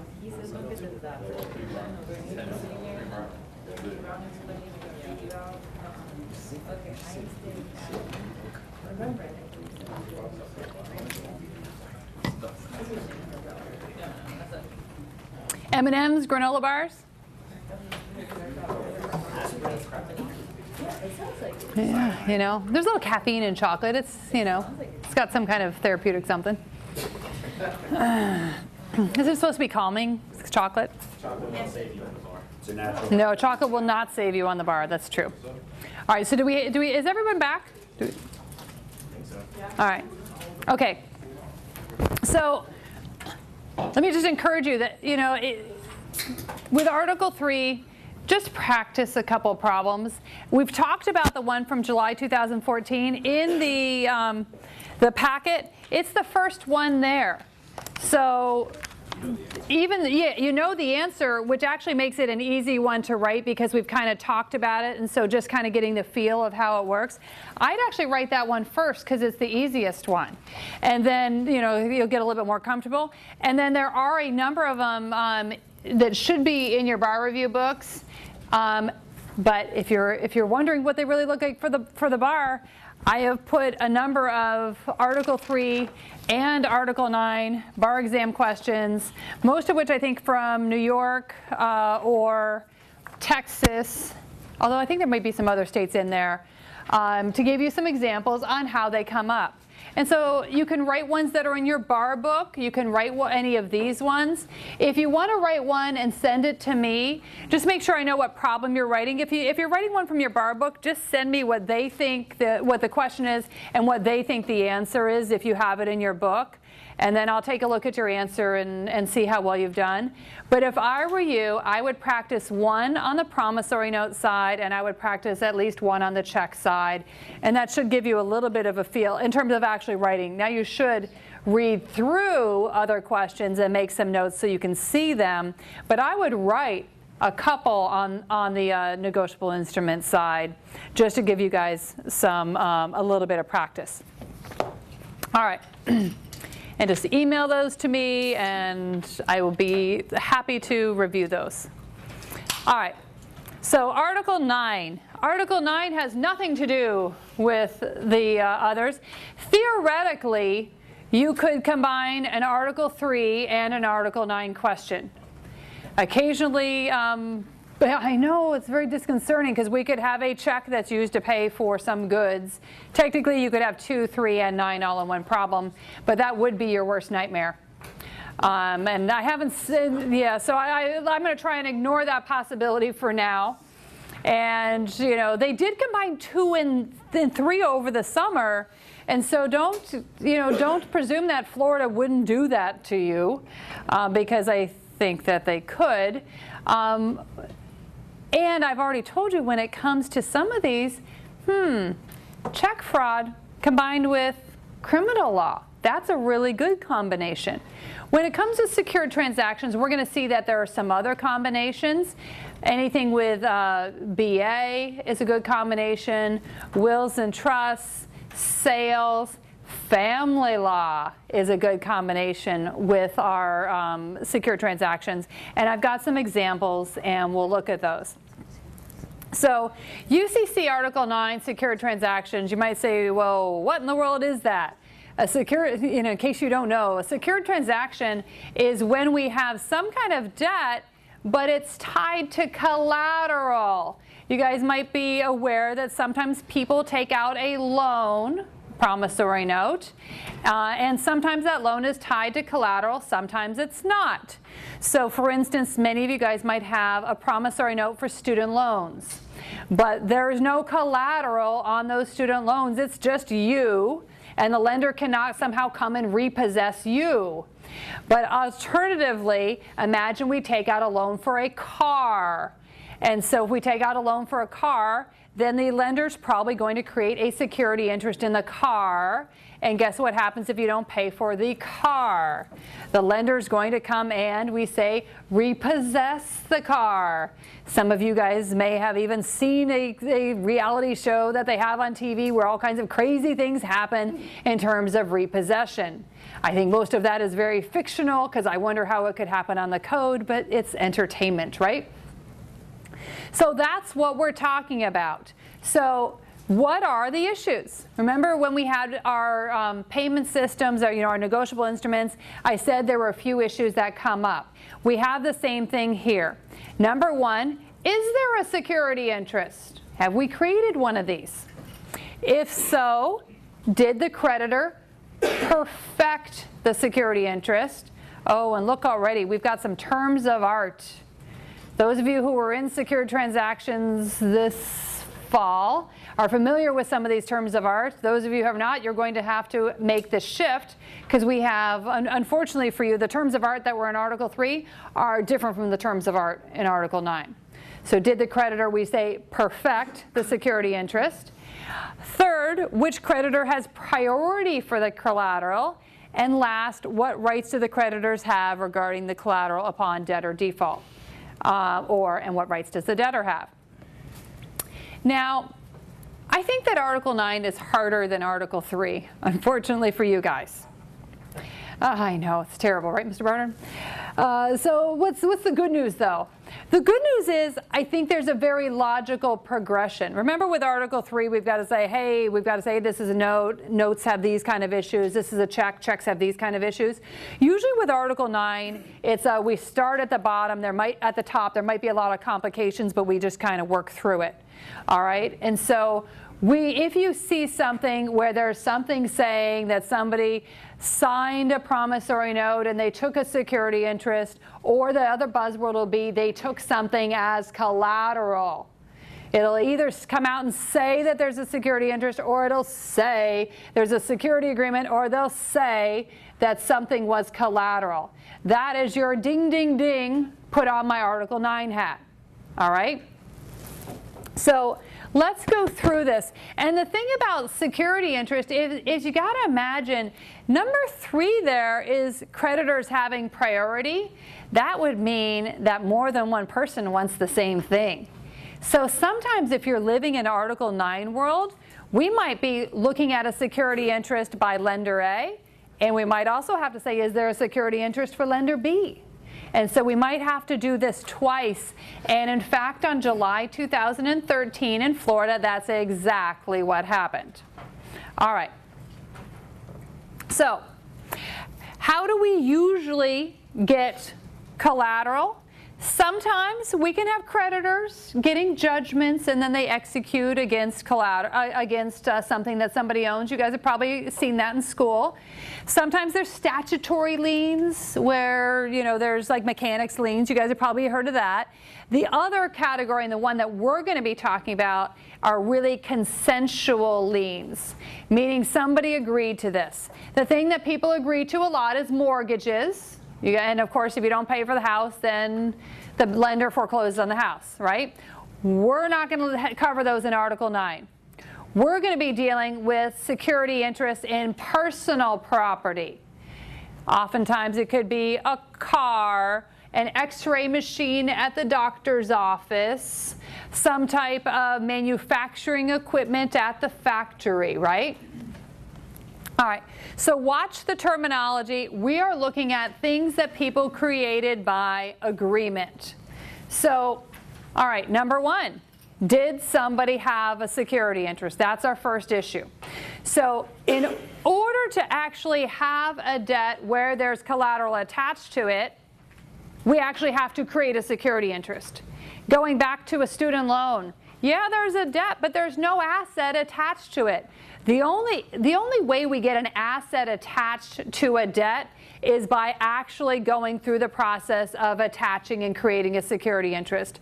Otherwise, it's just a debt. A credit card is just a debt. You know, it's not attached to specific assets. A student loan is just a debt. It's not attached to certain assets. So how do we know if there's a security interest? Since I like to count things, this one has 3. First, value is given, meaning any debt. The debtor has rights to the collateral, meaning you can't create a security interest in your neighbor's car. It has to be your car. And third, most commonly, there's a security agreement created and authenticated. And usually that's going to mean a written security agreement. Now, this is the common way we create a security interest, all right? And so we will see this when we look at the Florida July 2013 examination. A common way in which we create a security interest is just go classic 3 prongs and we go straight through it. But then we had Florida July 2013, and Florida went the easy route on the classic security interest, but they didn't end there. That's not the only way. So value, yes, debtor rights in the collateral, but there are a couple of alternatives. Either there's a security agreement, you know, the written signed security agreement, or the creditor may have possession of the collateral, or the collateral is a deposit account where the secured party has control over the account. And interestingly enough, Florida asked the classic and they asked the deposit account. So the deposit account, if you didn't know that special rule, the alternative rule, you wouldn't have known there was a security agreement, there's a security interest, and you would have gotten that question wrong. So we have to look for the classic 3, but on the third prong, there's an alternative for possession or control of a deposit account.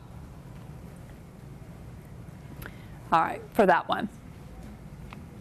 So if we're going to have a security interest, we actually have to reasonably identify the collateral, meaning we have to know what the collateral is in order for there to be a security interest. That should not surprise you.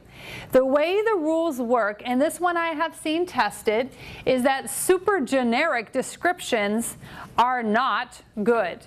We can't just write, and the way you'll see this, if it's a problem, is it'll say all the debtor's property or everything Sam owns. If it says that, that's a super generic description and the security interest is not going to be good.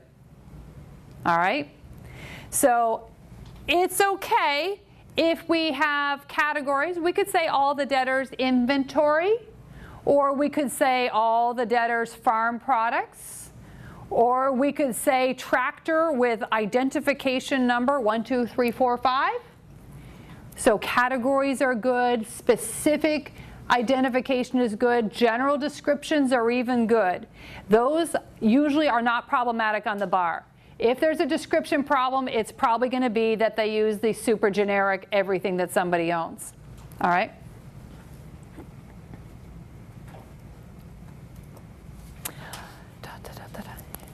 Even though we create a security interest, presume we get all 3, and there's a security interest in the x-ray machine at the doctor's office, let's say, a debtor can still transfer rights to the collateral, but it would be subject to the rights of the lender.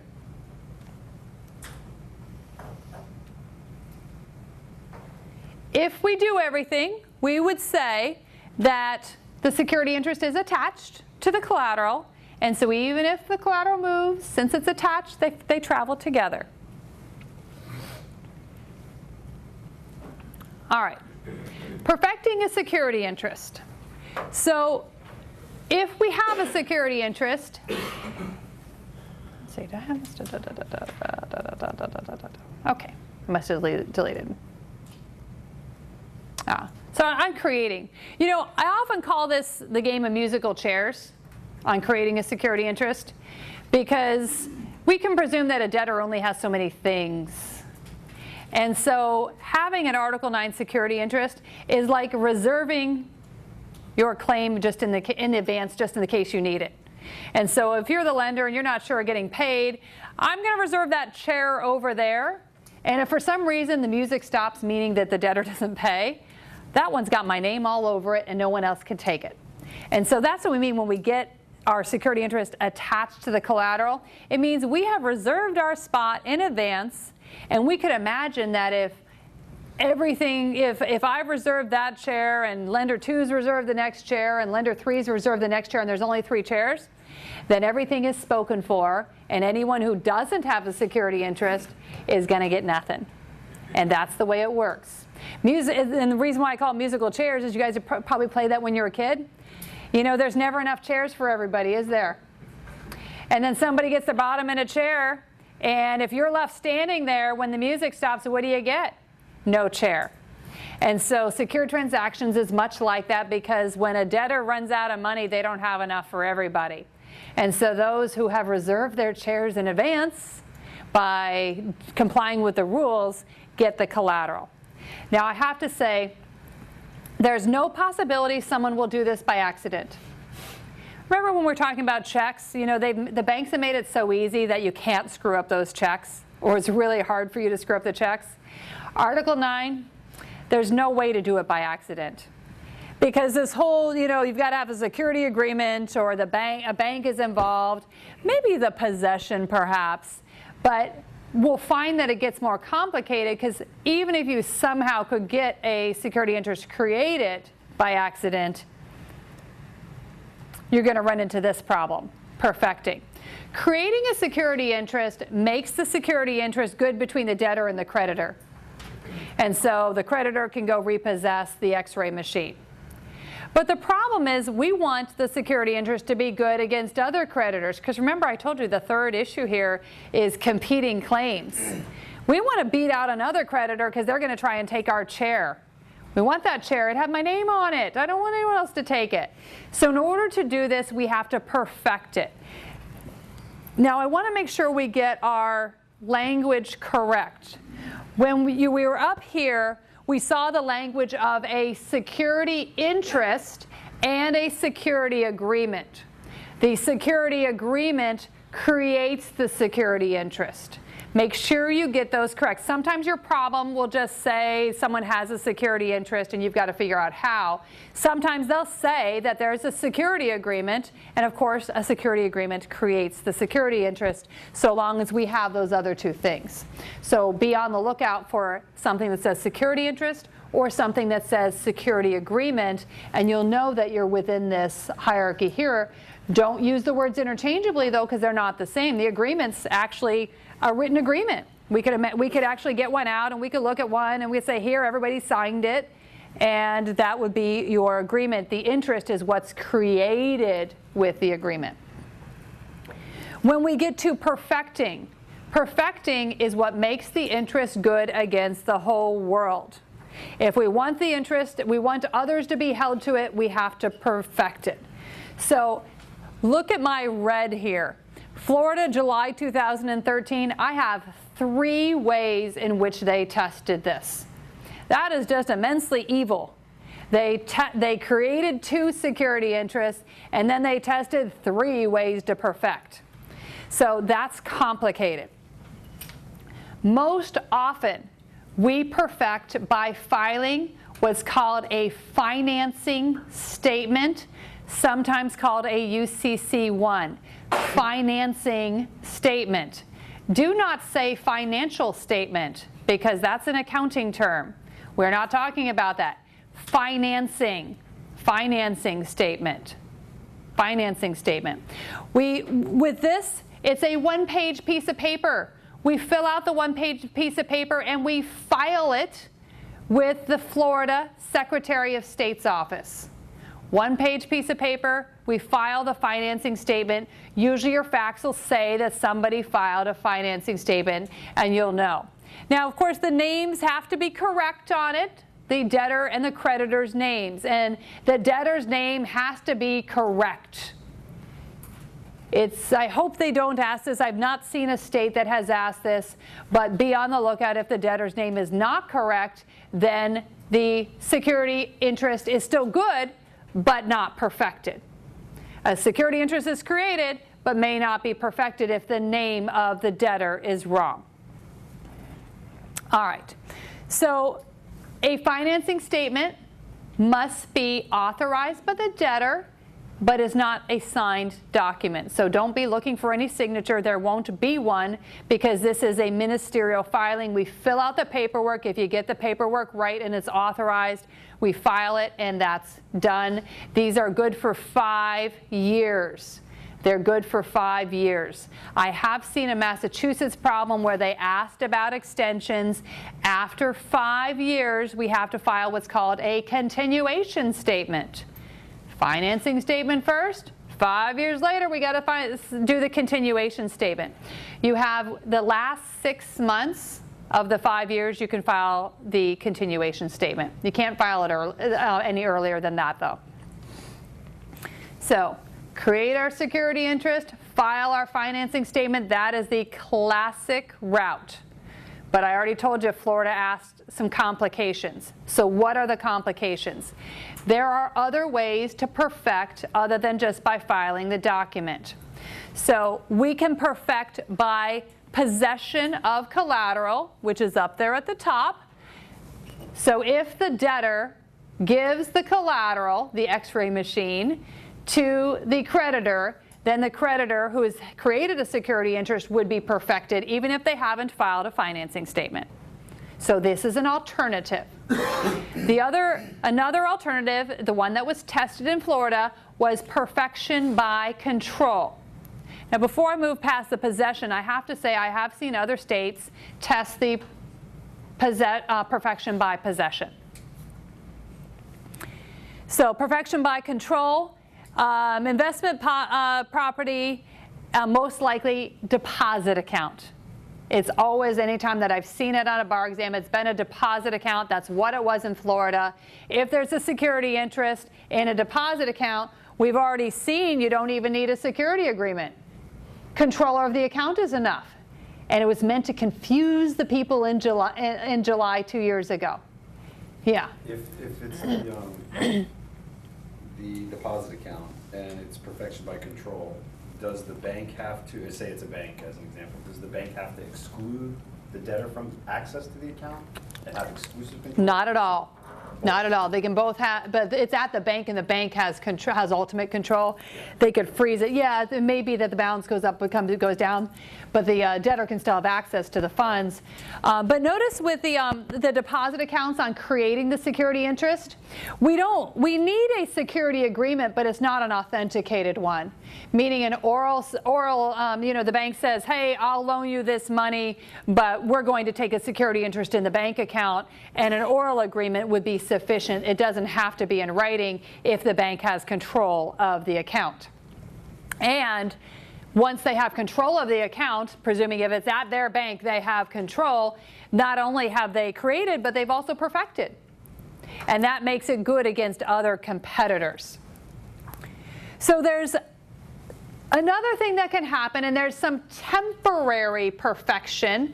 Let's say we haven't filed, and maybe we don't have control.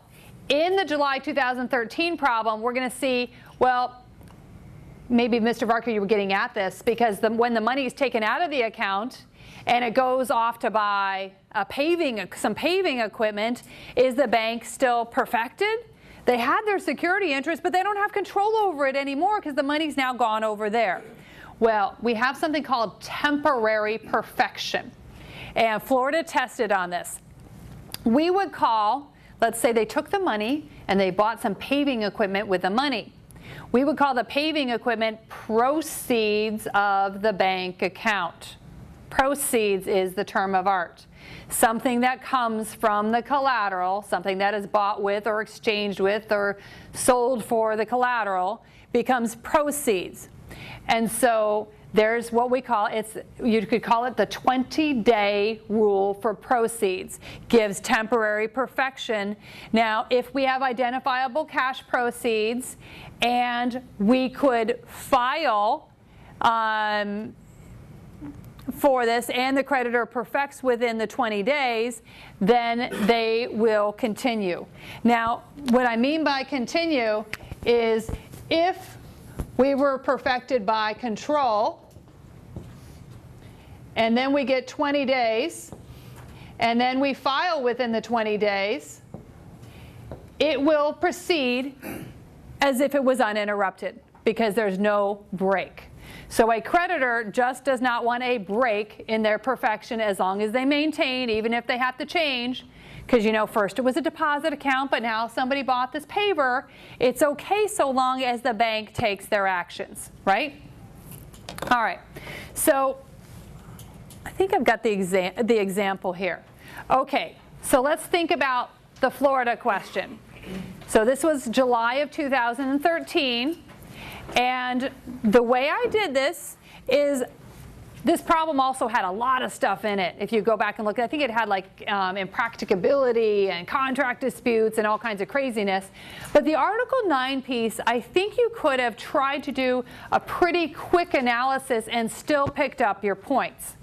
So it says here that paver gets a $5,000 loan to bank, giving a security interest in the deposit account. And so the first paragraph here, I would cope with that first. So let's say about bank. So let's take care of bank first because we know in this problem we're going to have multiple lenders. I would make one paragraph about bank having a security interest. And again, I like to start with a conclusion. I would say bank has a valid security interest. They paid value, $5,000. The debtor has rights to the collateral. It's their bank account. Bank does not have a written security agreement, but it says they have a security interest and they have control over the deposit account because it's at bank. Because we meet all three elements, there's a valid security interest. You see how I've done that? You just go through the three, but notice this is not the written security agreement. This is the control over the bank account. So interestingly enough, once they create their security interest, we know we've got a perfect, right? So does bank also have perfection here? You bet they do because they have control over the bank account. So pause for a moment there and we're going to read on in terms of the problem. It goes on to say that paver also borrows $10,000 from lender. Here we have a signed security agreement giving a security interest in paver's equipment now or after acquired, which is okay. And it says lender filed a proper financing statement and then goes and buys the grader. And of course, they buy the grader with money from the bank account. Aha, so we know there's going to be a problem because the money comes from the bank account. So let's talk about lender. This is my second paragraph here. Lender has a valid security interest in equipment. Again, I'm starting with a conclusion.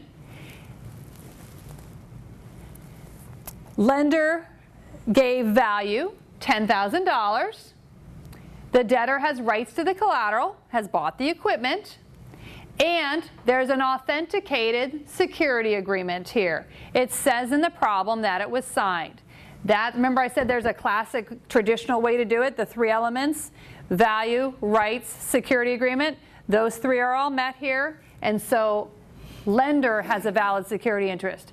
And you can see this kind of, gurgling in the background because we've got two people with security interests now. In this case, we also know that lender has perfected in the classic way by filing a financing statement. So lender is perfected as well.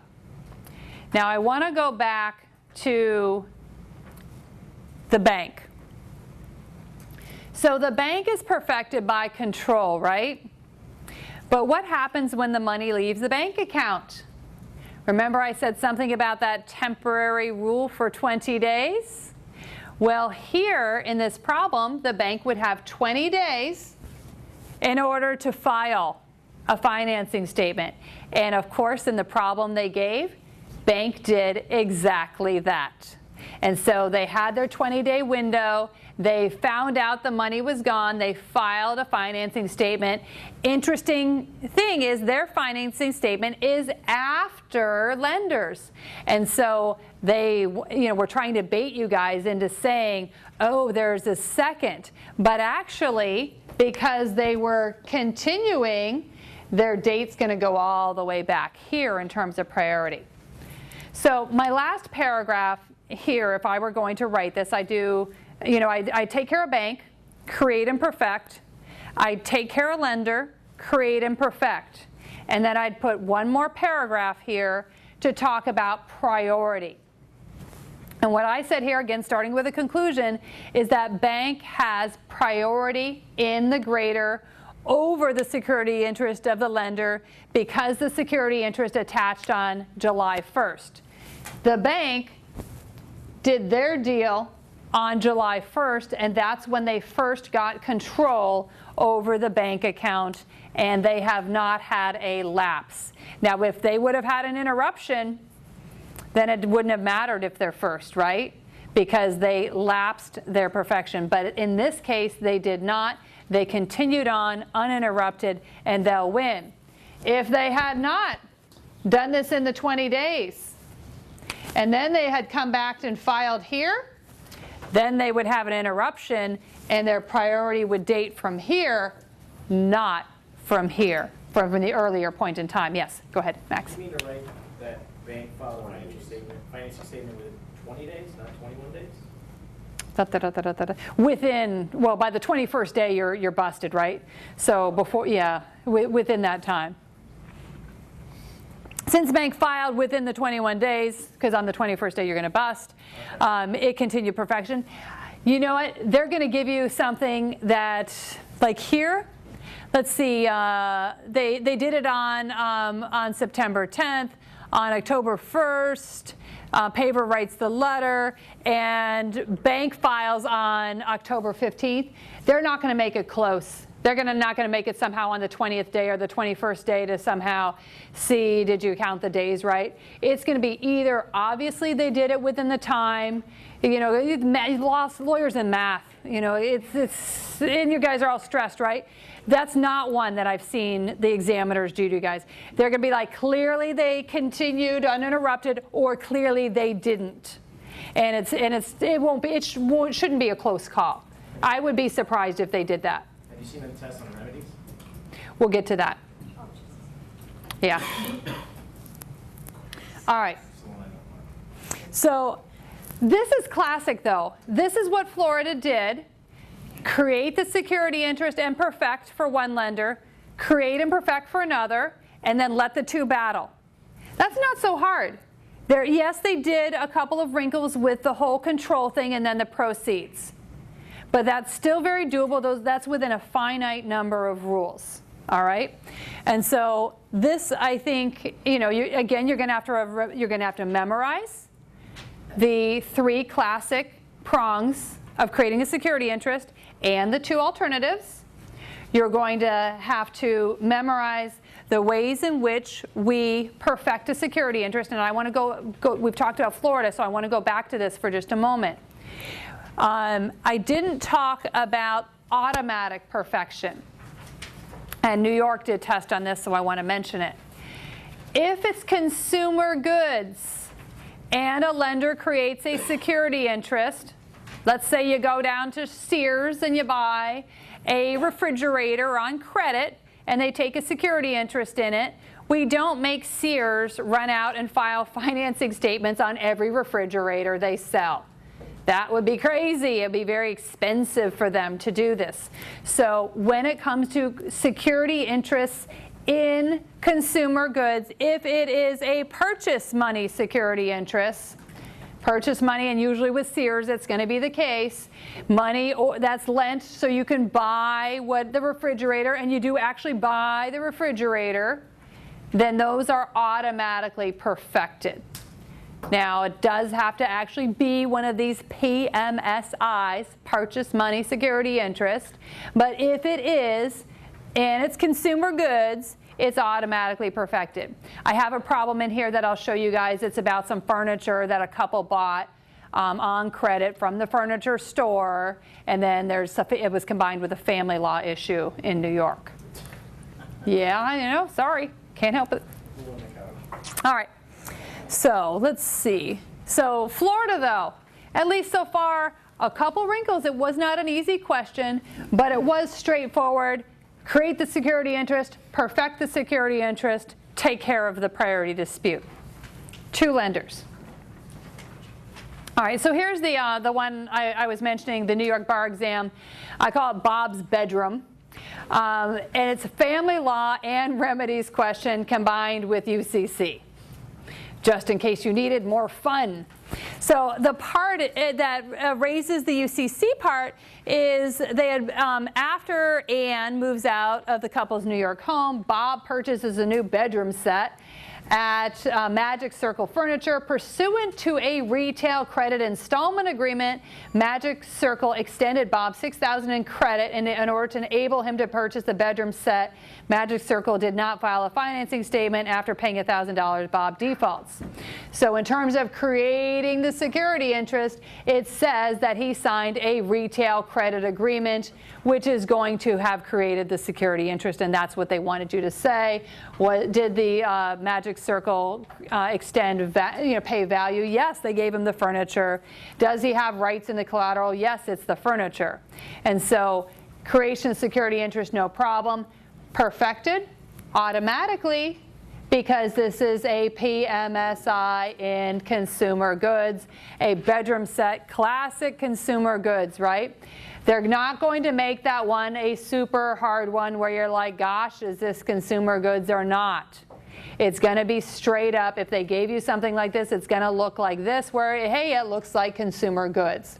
Usually consumer goods, things look like consumer goods, and things that are business stuff is going to really look like business stuff, and they will keep it separate. Remember, Florida, pavers and graders. New York, bedroom suite. Not so difficult. Go ahead. Well, you answered it. Sometimes in one of these sample ones I saw that it's changed, or maybe in the multiple choice the use changed, but I was going to ask you, it doesn't matter if it changes, it just matters when it's arisen. It does. And yes, that's true. We do look at the attachment of the security interest and the type of collateral, when the security interest is attaches, and when we actually file our financing statement, even if later on the debtor uses it as something else. And, again, bear in mind, because a couple of you guys have had secure transactions, there's a lot of rules and a lot of subtle rules in secure transactions. I can't teach you guys all that in this time. I'm trying to think of where the points are most likely going to be. And if those of you guys have had it, might be able to go a little further because you know more of the rules. But can we cover the basics? I think so far the basics is creation, perfection, and the battles on the priority. So in this problem, we would have had to prove up that it was a purchase money security interest, and then we would have said automatic perfection. We would have said since the lender has created and perfected, they can go and repossess it, right? And if somebody else claims it, they would win. And so fairly soft. It wouldn't have taken a long time to write this. And because remember, this was combined with family law and remedies, so there was other stuff to deal with in this problem. And so there's only so much they're going to put in if they do some kind of combination with other topics. Same thing with, both the Article 3 and the Article 9 that Florida has given has been combined with other things. And did they ramp it up and ask several issues? Yes.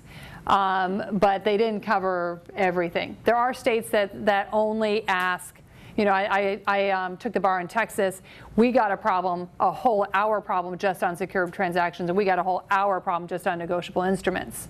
And so that was 2 of our questions. Here in Florida, you're going to tend to get some kind of combined question that has multiple topics in it. That would be my suspicion if you get it. All right. So let's presume we get to the priority. I kind of, you know, glossed over priority, but let's talk a little bit priority. Remember, we've got a bank and we've got a lender, and they both want this grading equipment. And so how do you decide? You know, I'm happy to say Florida took the easy route and just said first to file or perfect. First to file or perfect is the rule.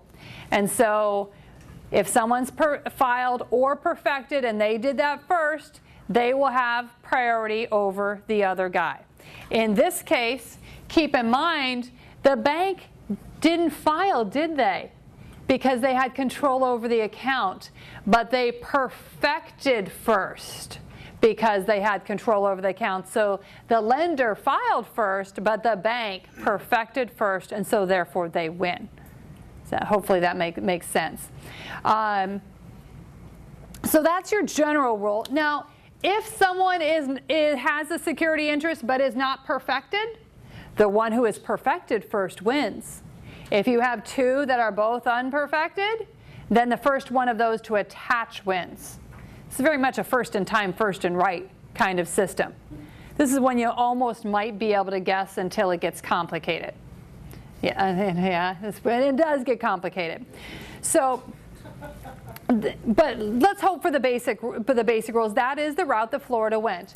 It can go some other routes though. So let's talk about what some of those other routes for priority battles can happen. You know, I know this is a lot for you guys to memorize. Memorize your basic routes and then try and, you know, see if you can memorize as many of the alternatives as you can. So alternative that I've seen in terms of PMSIs in inventory, purchase money security interest in inventory. There's a different rule here because normally we say first to file or perfect wins. But when it comes to inventory, we sometimes allow a second player to take precedence over the first. How do they do it? They have to be perfected, meaning usually they filed when the debtor gets possession, and they have to give notice to the prior creditors. This one I have seen examined on bars, so that's why it's number 2 on my list. So if we have something with inventory, the second creditor can win if they're perfected when the debtor gets the inventory and that they give notice. The notice, like the financing statement, is only good for 5 years. All right. A PMSI in equipment could win if it is perfected before or within 20 days after the debtor gets the possession. So this is another way that someone could win out over somebody that was prior. Now, in the paver question, there was a question, or you know, one of my former research assistants who wrote an exam answer, she did ask whether the interest in the grader might have been a PMSI, and then maybe the lender who was second in line could have won over the bank. But I don't think there were facts to support it. Now, she was taking her time to write the answer. Depends on how fast you guys are. Was that the main way, and do I think that was the winning argument? No. But is it likely that there were probably a couple points given for it? Yes. But I don't think that was the winning analysis. And if I were you guys with a problem that's probably very dense, I would say stay the straight and narrow. I would have done the creation, perfection, and priority of battle. And I would have made sure I covered all the other issues that were in the problem. If I had still had some time because I was super speedy to throw in a couple stuff like this, maybe I would have. But my suspicion is you guys are going to be out of time. So stay the main issues first. That would be my, even though there's some interesting rules, I don't watch the facts. Notice that in each of these problems, there was clearly enough facts to indicate that something was satisfied. You know, they talk about the deposit account. The deposit account's at the bank. The money came from the deposit account. The lender did this. The bank did that. It was enough to clearly indicate the issue was raised. Whether this was the PMSI, not clearly raised. Let's go back and look at Bob's bedroom. Let me show you where PMSI really is raised. In here, it actually says that the credit enabled him to purchase the bedroom set. And so that sounds in my ears like PMSI, because there has to be an extension of credit that actually enables somebody to get whatever it was, and they actually use that credit for getting whatever it was. If the money goes into a bank account and then the money comes out to go buy something, I don't know which dollars did you pull out of that account? I don't know which dollars you used. Did you use the orange dollars or the purple dollars, or did you use the blue ones? No idea. It's not a loan. He already owns that. Well, but remember, the lender in the paving situation did loan some money, but what they should have done, and the fact you should look for, is the paver makes the check out to the grade. I guess the lender makes the check out to the grading company. Then we know the money was in fact used, as opposed to some other money being used. But you're going to look for a fact that somebody was enabled to buy something and they actually used the loan money.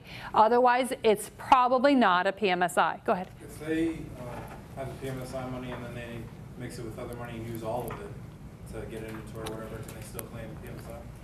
Probably. I've never seen that on a bar, though. So I think you're going to be able to follow the money more clearly. I think that even though they ask you guys like tricky stuff and exceptions, I think there's enough hints there.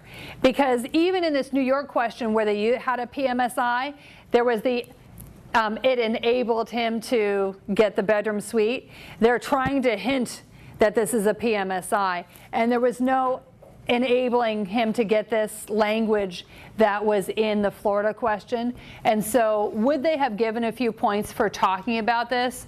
Maybe.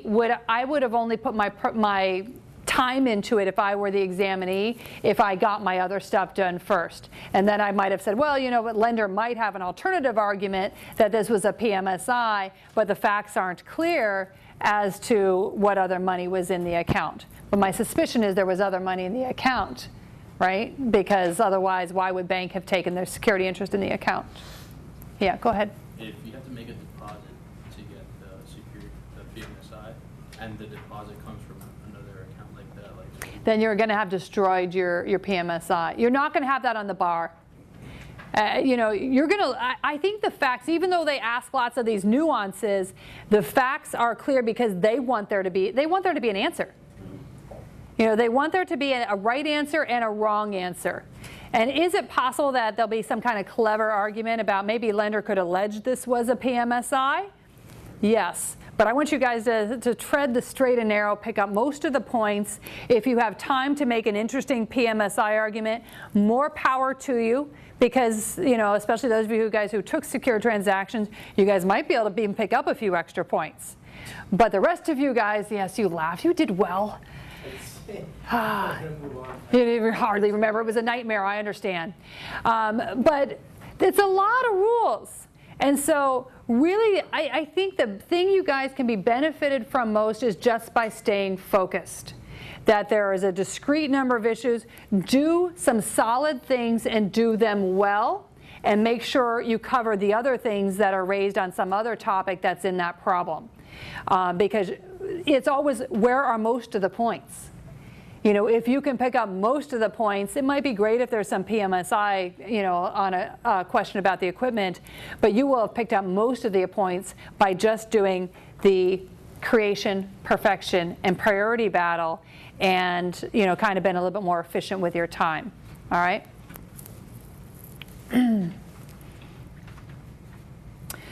So let's go back to priority disputes. You know, I've got a whole bunch of things on priority disputes because there are a lot of rules on priority disputes. Florida's stuck with the traditional. I've seen the inventory and the equipment. When it comes to conflicting PMSIs, maybe two lenders give money, in order for the debtor to buy something. It's the first to file or perfect. There is a rule, and I've got it over here, and I have seen this one on a bar exam, and I think I've got it in my slide presentation. Buyers. Is someone who buys collateral, what if I came along and bought that grader? Could I take it free and clear? Normally, I already said, once the security interest is attaches, it goes along with that collateral like a little leech, and you can't strip it. But that's not always true. We have an exception to that, and it's for buyers. A regular buyer takes free of the security interest if he gives value and receives delivery without knowledge of the security interest and before perfection. So before perfection. So this is interesting because sometimes you could see in a problem that the lender hasn't perfected yet. So how is the buyer supposed to know they've gone and bought something? Meaning a security interest is created, but it hasn't been perfected yet. The buyer will win in that one. Second category of buyers. Buyers in the ordinary course take free of a security interest even if it's perfected if the buyer buys in the ordinary course and the seller is engaged in selling goods of that kind, and buyer doesn't know that this somehow violates the security agreement. Imagine you go and you buy something down at Sears. Sears might have a loan to buy all its inventory, right?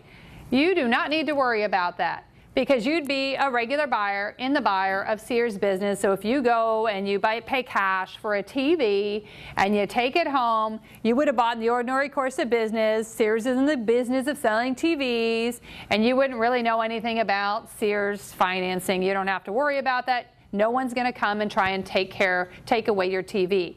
We call this the buyer in the ordinary course. The buyer in the ordinary course gets to keep the collateral. Third category of consumers is consumer-to-consumer sales. We like to call this a garage sale or a Craigslist exception. So these buyers take free of the security interest even if perfected. If the buyer doesn't know about the security interest, the buyer gives value, the goods are consumer goods, and before the secured party filed. Now remember, Sears and the refrigerator. Sears can create the security interest, but remember, if it's a PMSI and consumer goods, Sears isn't going to file, are they? Because they get automatic perfection. So if I then turn around and sell my used refrigerator to Varka here, he doesn't know anything about this. He's buying some used refrigerator that I advertised on Craigslist. He would take the refrigerator free of the security interest so long as Sears didn't file. So usually if we're buying used consumer goods, the buyer of used consumer goods takes free. It's interesting though because you do realize that there's some really expensive consumer goods used consumer goods out there. There are things that are very expensive that can be bought and sold free of security interest so long as the person hasn't filed. I don't have this on here, but I want to mention it even though it's not on the slide because I saw it in a Massachusetts bar exam question, and I actually gave it to you guys in secure transactions. It was a boat. Now, in many states, boats and cars, we don't file over at the Secretary of State's office to perfect. There's this thing called a certificate of title system. Usually it's the Department of Motor Vehicles that maintains these things. And so back when we think about how we perfect a security interest in these kinds of things, a boat or a car, we wouldn't perfect by filing a UCC-1. We would perfect by getting a notation on the certificate of title. And that was what was at issue in this Massachusetts bar question, because I think that they hadn't filed on the certificate of title. They had filed at the Secretary of State's office, which is the wrong place for that type of collateral. So if you got a car or you got a boat, you wouldn't be filing a UCC-1. We need to put a notation on the certificate of title. All right? And a lender who doesn't do the right thing is not going to be perfected. They might create their security interest, but there'll be no perfection for it. All right. Lien creditors. I still have a little bit of time here. Lien creditors. Sometimes somebody tries to get a lien on something that the debtor owns. If we have a lien creditor and an unsecured creditor, the lien creditor will win. But if we have a creditor who has done everything we've just told them to do, they've created their security interest, they've perfected their security interest, then the security interest will beat the lien creditor if they are perfected before the lien attaches, or if the secured party files first and has done at least one of the attachment requirements. They've given value, they've got a security agreement, or the debtor's given rights. So there are a couple of routes for a secured party to beat a lien creditor. This is rare on bar exams, but since we have limited information about Florida, I should just pass it on. All right. So, got another problem. So I think what I have here is I've got maybe one more slide about remedies, but let's look at this one. This one I like to call computer craziness. And this is a Texas bar exam question from July of 2010. And this one could have been combined with some kind of BA problem, because this involves a business that has sold some computers. And so the question is, what lenders have an ability to get what types of collateral? And this is a 2-lender problem, just like the Florida one. Surprise, surprise. If we're going to have a priority, and the only reason for them to do this is to make a priority battle, is you're going to have 2 lenders, all right? So George has credit with Ram Bank and the seller, who is Archway Computers. So here, they actually asked in this question, do watch the calls of the question. They asked about the 4 computers still in his inventory. They asked about a computer sold to Wilson, and they asked about a check. Now here there was a check raised, but there's no, so you're like, oh, was there fraud here? So do a quick check, do a quick look for the fraud, but it just wasn't raised here. So, put your alert on alert, but there wasn't much here. So when it comes to the computers that's still in inventory, this is why I told you, remember there was that second rule about inventory? That in order for a second lender of inventory to prevail, they have to be perfected when the debtor gets the collateral, and they have to give notice to the other guy. In Texas, they asked this rule. And basically the problem here was the inventory financer was perfected, but they didn't give notice to the prior lender. And so in this, the bank had a superior interest because it was the first to perfect, and the inventory financer didn't give notice. So clever, right?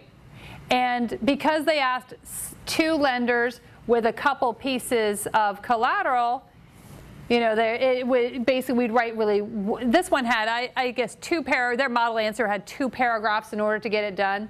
I probably would have tried, I guess we probably would have done 1 for each lender, and then we would have decided whether, we would have decided that Archway hadn't given notice, and so they're going to be second. So, but 2 paragraphs. If we've got 2 lenders, I think you're going to have 2 paragraphs.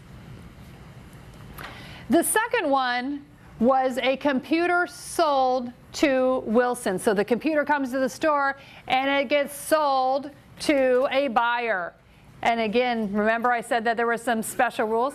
This is tricky here, right? Because they decided here that they were going to test a couple of priority battles. This question isn't really about the creation of the security interest. It's about how people perfect it and how the battles work out. And so Wilson, who is a buyer in the ordinary course, would get to keep his computer free and clear of the lender's interest because he bought the computer in the ordinary course of the computer business. And so this one, it's in 2 paragraphs, but I think you could have done this in 1, because I think I just did it in 1 sentence if I had to. All right. The third one they gave you is that there was a check. So who has interest in the check? Because if the lenders have interest in computers, but we take a computer and we exchange it for a check, then that check, we say, is proceeds of our collateral. And so this one here, they tested the 20-day rule. The 20-day rule is the rule that we already saw tested in Florida. So interestingly, this question has a inventory battle, it has a buyer in the ordinary course, and it has who gets the check, which is the proceeds of our collateral. And since the bank had the superior interest in the computer, and it would have automatically superior interest in the check proceeds subject to the 20-day rule. And as of at least February 25th, which was the date they asked, they had the interest in the check. So this is kind of clever. Mostly centered around the priorities. And this one came from Texas. And interestingly enough, when we come to proceeds, I've made a little note here. When it comes to attaching to the proceeds, your security interest attaches to proceeds automatically. It's really just this question about whether the perfection continues. Attachment happens automatically. All right. So I think somebody asked about remedies and about the whole default. I would love to say you don't have to worry about it, but I'm going to show you a Texas question where they actually asked this very thing. And so if I cannot rule something out, I have to rule it in. Happily, Florida has asked creation, perfection, priority.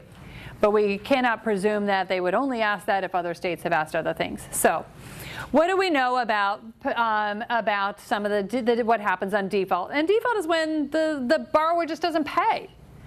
And so what happens upon non-payment is the lender can repossess the collateral. And a lender can repossess collateral after default without judicial intervention so long as they don't breach the peace. Now, what's breaching the peace or not is subject to many litigation. It's not breaching a peace as you see it in other doctrines. We can breach peace in Article 9 world if something would only tend to incite violence or be a possible breach of the peace. So something much less than an actual breach of the peace is covered. Now, I would expect you would get a case where somebody is repossessing the car and the owner comes out with their gun, or they come out screaming and hollering, breaching the peace, right? So you're probably not going to see something like, gosh, is that a breach or is that not a breach? Or you're going to have a lender that breaks into somebody's house, a repo man, who comes and breaks into somebody's house in order to get the collateral. Well, that's going to be a breach of the peace, right, guys? So you're probably going to have something that is clearly a breach of the peace. All right. In the event that a lender is going to breach the peace, then they can't do self-help. They have to use judicial repossession. There's judicial repossession and there's self-help repossession, but self-help is only if there's no breach of the peace. All right. So presuming the lender has repossessed the collateral, they can sell the collateral. That's the whole point of reserving one's chair in the game. So there are some rules. Like you probably saw in Article 2, sales must be done in a commercially reasonable manner. There has to be notice to the debtor. And when the sale is done, we apply the proceeds to the expenses, and the secured debt is paid. Any junior lien holders get paid. And if there's anything left, then we would call that a surplus, and the debtor would get it. And of course, you've probably heard that if there's not enough money, a deficiency is charged to the debtor. Now, sometimes a lender won't want to go through this process of a commercially reasonable sale. They just want to sell it and they'll work on it themselves. Sometimes there is some form of returning the collateral and a strict foreclosure proposed to the debtor, bring the refrigerator back, I guess, and accepted by the debtor And there's two ways to do this. If we're going to have some, we're not going to resell the collateral, and we're going to just take the collateral back. It can either be done in complete satisfaction of the debt, meaning no deficiency, or partial satisfaction of the debt, which means there's going to be a deficiency. So complete satisfaction, if that's the agreement, it means it fully satisfies the debt, but this is not permitted if the debtor has paid more than 60% of the secured debt and it's consumer goods. The 60% rule, and I'm telling you this because I've got another Texas problem that asked this question. So if we do complete satisfaction, you can't do it if consumer goods and the debtors paid 60% or more. Partial satisfaction, if we do an agreement for partial satisfaction, non-consumer goods, well, you can do a partial satisfaction, debtor's liable for the balance, not allowed for consumer goods. The only way you can do one of these deals on consumer goods is if it's in full satisfaction and we're not at the 60% level. Debtor's right of redemption. Debtor actually has redemption means we can get the stuff back. The debtor has a right of redemption anytime before disposition, but they have to pay all the obligation and any reasonable expenses. And the last thing, I haven't really seen this well, I just asked in a roundabout way. A creditor who screws up and doesn't comply with a code is responsible for all damages. So if we repossess the car wrongfully and the kids are in the car and they die as a result and all kinds of really bad things entail, that lender's on the hook for everything. Or if they wrongfully repossess my car and I lose my job and all kinds of bad things can happen as a result, they're responsible for that as well. The rules are very much written by the lending institutions, but there's always this big whammy in both Article 3 and Article 9 that the lenders the banks who fail to comply, there's a pretty harsh penalty on them.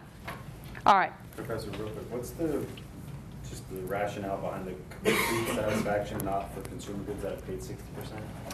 Because the presumption is that the consumer debtor probably has some equity in that, and that it's unfair for, by the time you've paid more than 60%, that collateral may be worth more, and if you let the banks take that, we could encourage opportunistic behavior on the part of the bank.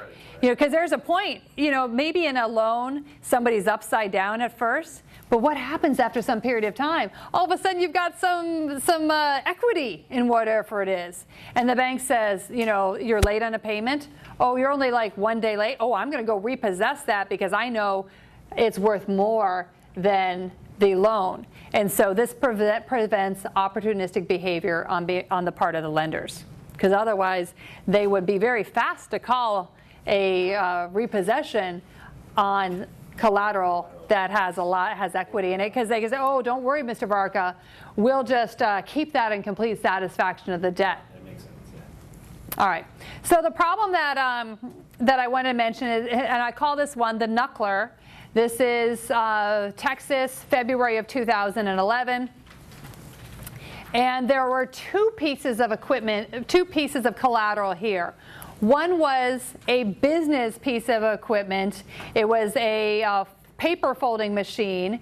And the second piece of equipment, as I was indicating, was a automatic pitching machine from a company called the Knuckler. And of course, there's a security interest in both of these things. The debtor fails to pay. The collateral is repossessed. And interestingly enough, there's acceptance of collateral in full satisfaction of the debt. But can we do acceptance of collateral in full satisfaction of the debt always? No, not only sometimes for consumer goods, right? And so what they wanted you to do here is talk about the paper folding machine and then to talk about the pitching machine. And so if it was the paper folding machine, this would have been a PMSI. The secured party can declare the default. It can peacefully repossess, which it did. Secured party can sell, or it can lease the equipment in full or partial satisfaction. It has to send the notice. Here, in this case, lender repossesses, sent the notice to the debtor.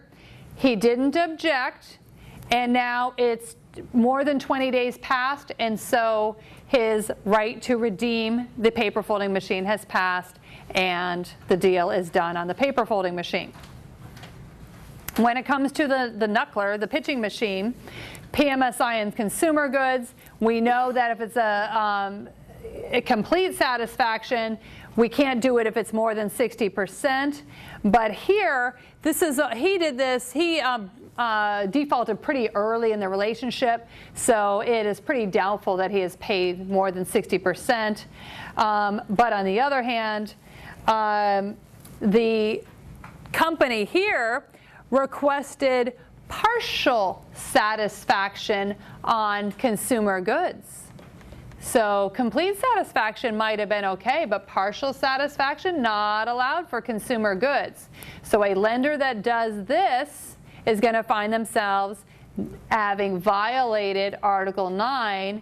And so here, RIP, the debtor, could bring a suit against the lender for this partial satisfaction on consumer goods, and since the lender violated Article 9, they would get all proximate cause all damages proximately caused. But there's an alternative in here. He can actually also collect all of his interest paid upon under the agreement plus 10% of the purchase price, which would actually be $500 here. So there is a pretty steep penalty on lenders that mess it up. And that's all I have. Oh, look, and I've even finished early. Wow, you guys tired? Okay, let us all thank Professor Martin very much. And just a couple of things as you get ready to drop it, or somebody asked, I'm not sure who, but Susie got the information. If you are buying the 200 questions, someone asked, to whom should you make out the check? If you're paying by check rather than by cash, you make it out to St. Thomas University, and on the little memo line, write 200 questions, but make sure also that you give Sarah your contact information, because we need to pass that on to the National Conference of Bar Examiners. That's number one. Number two, remember tomorrow, Professor Kang is going to be presenting his lecture on the religion clauses of the U.S. Constitution. The good news is, because it is a targeted topic, it's a fairly short lecture. He's usually done an hour and a half max. That starts again at 1 o'clock tomorrow. For those who care, we will be doing another drawing for a hotel room. And so we have that one tomorrow, and then again next Friday with the barbecue. So thank you all very much for coming. A question? Yes? Where do we turn lunch thing? To me.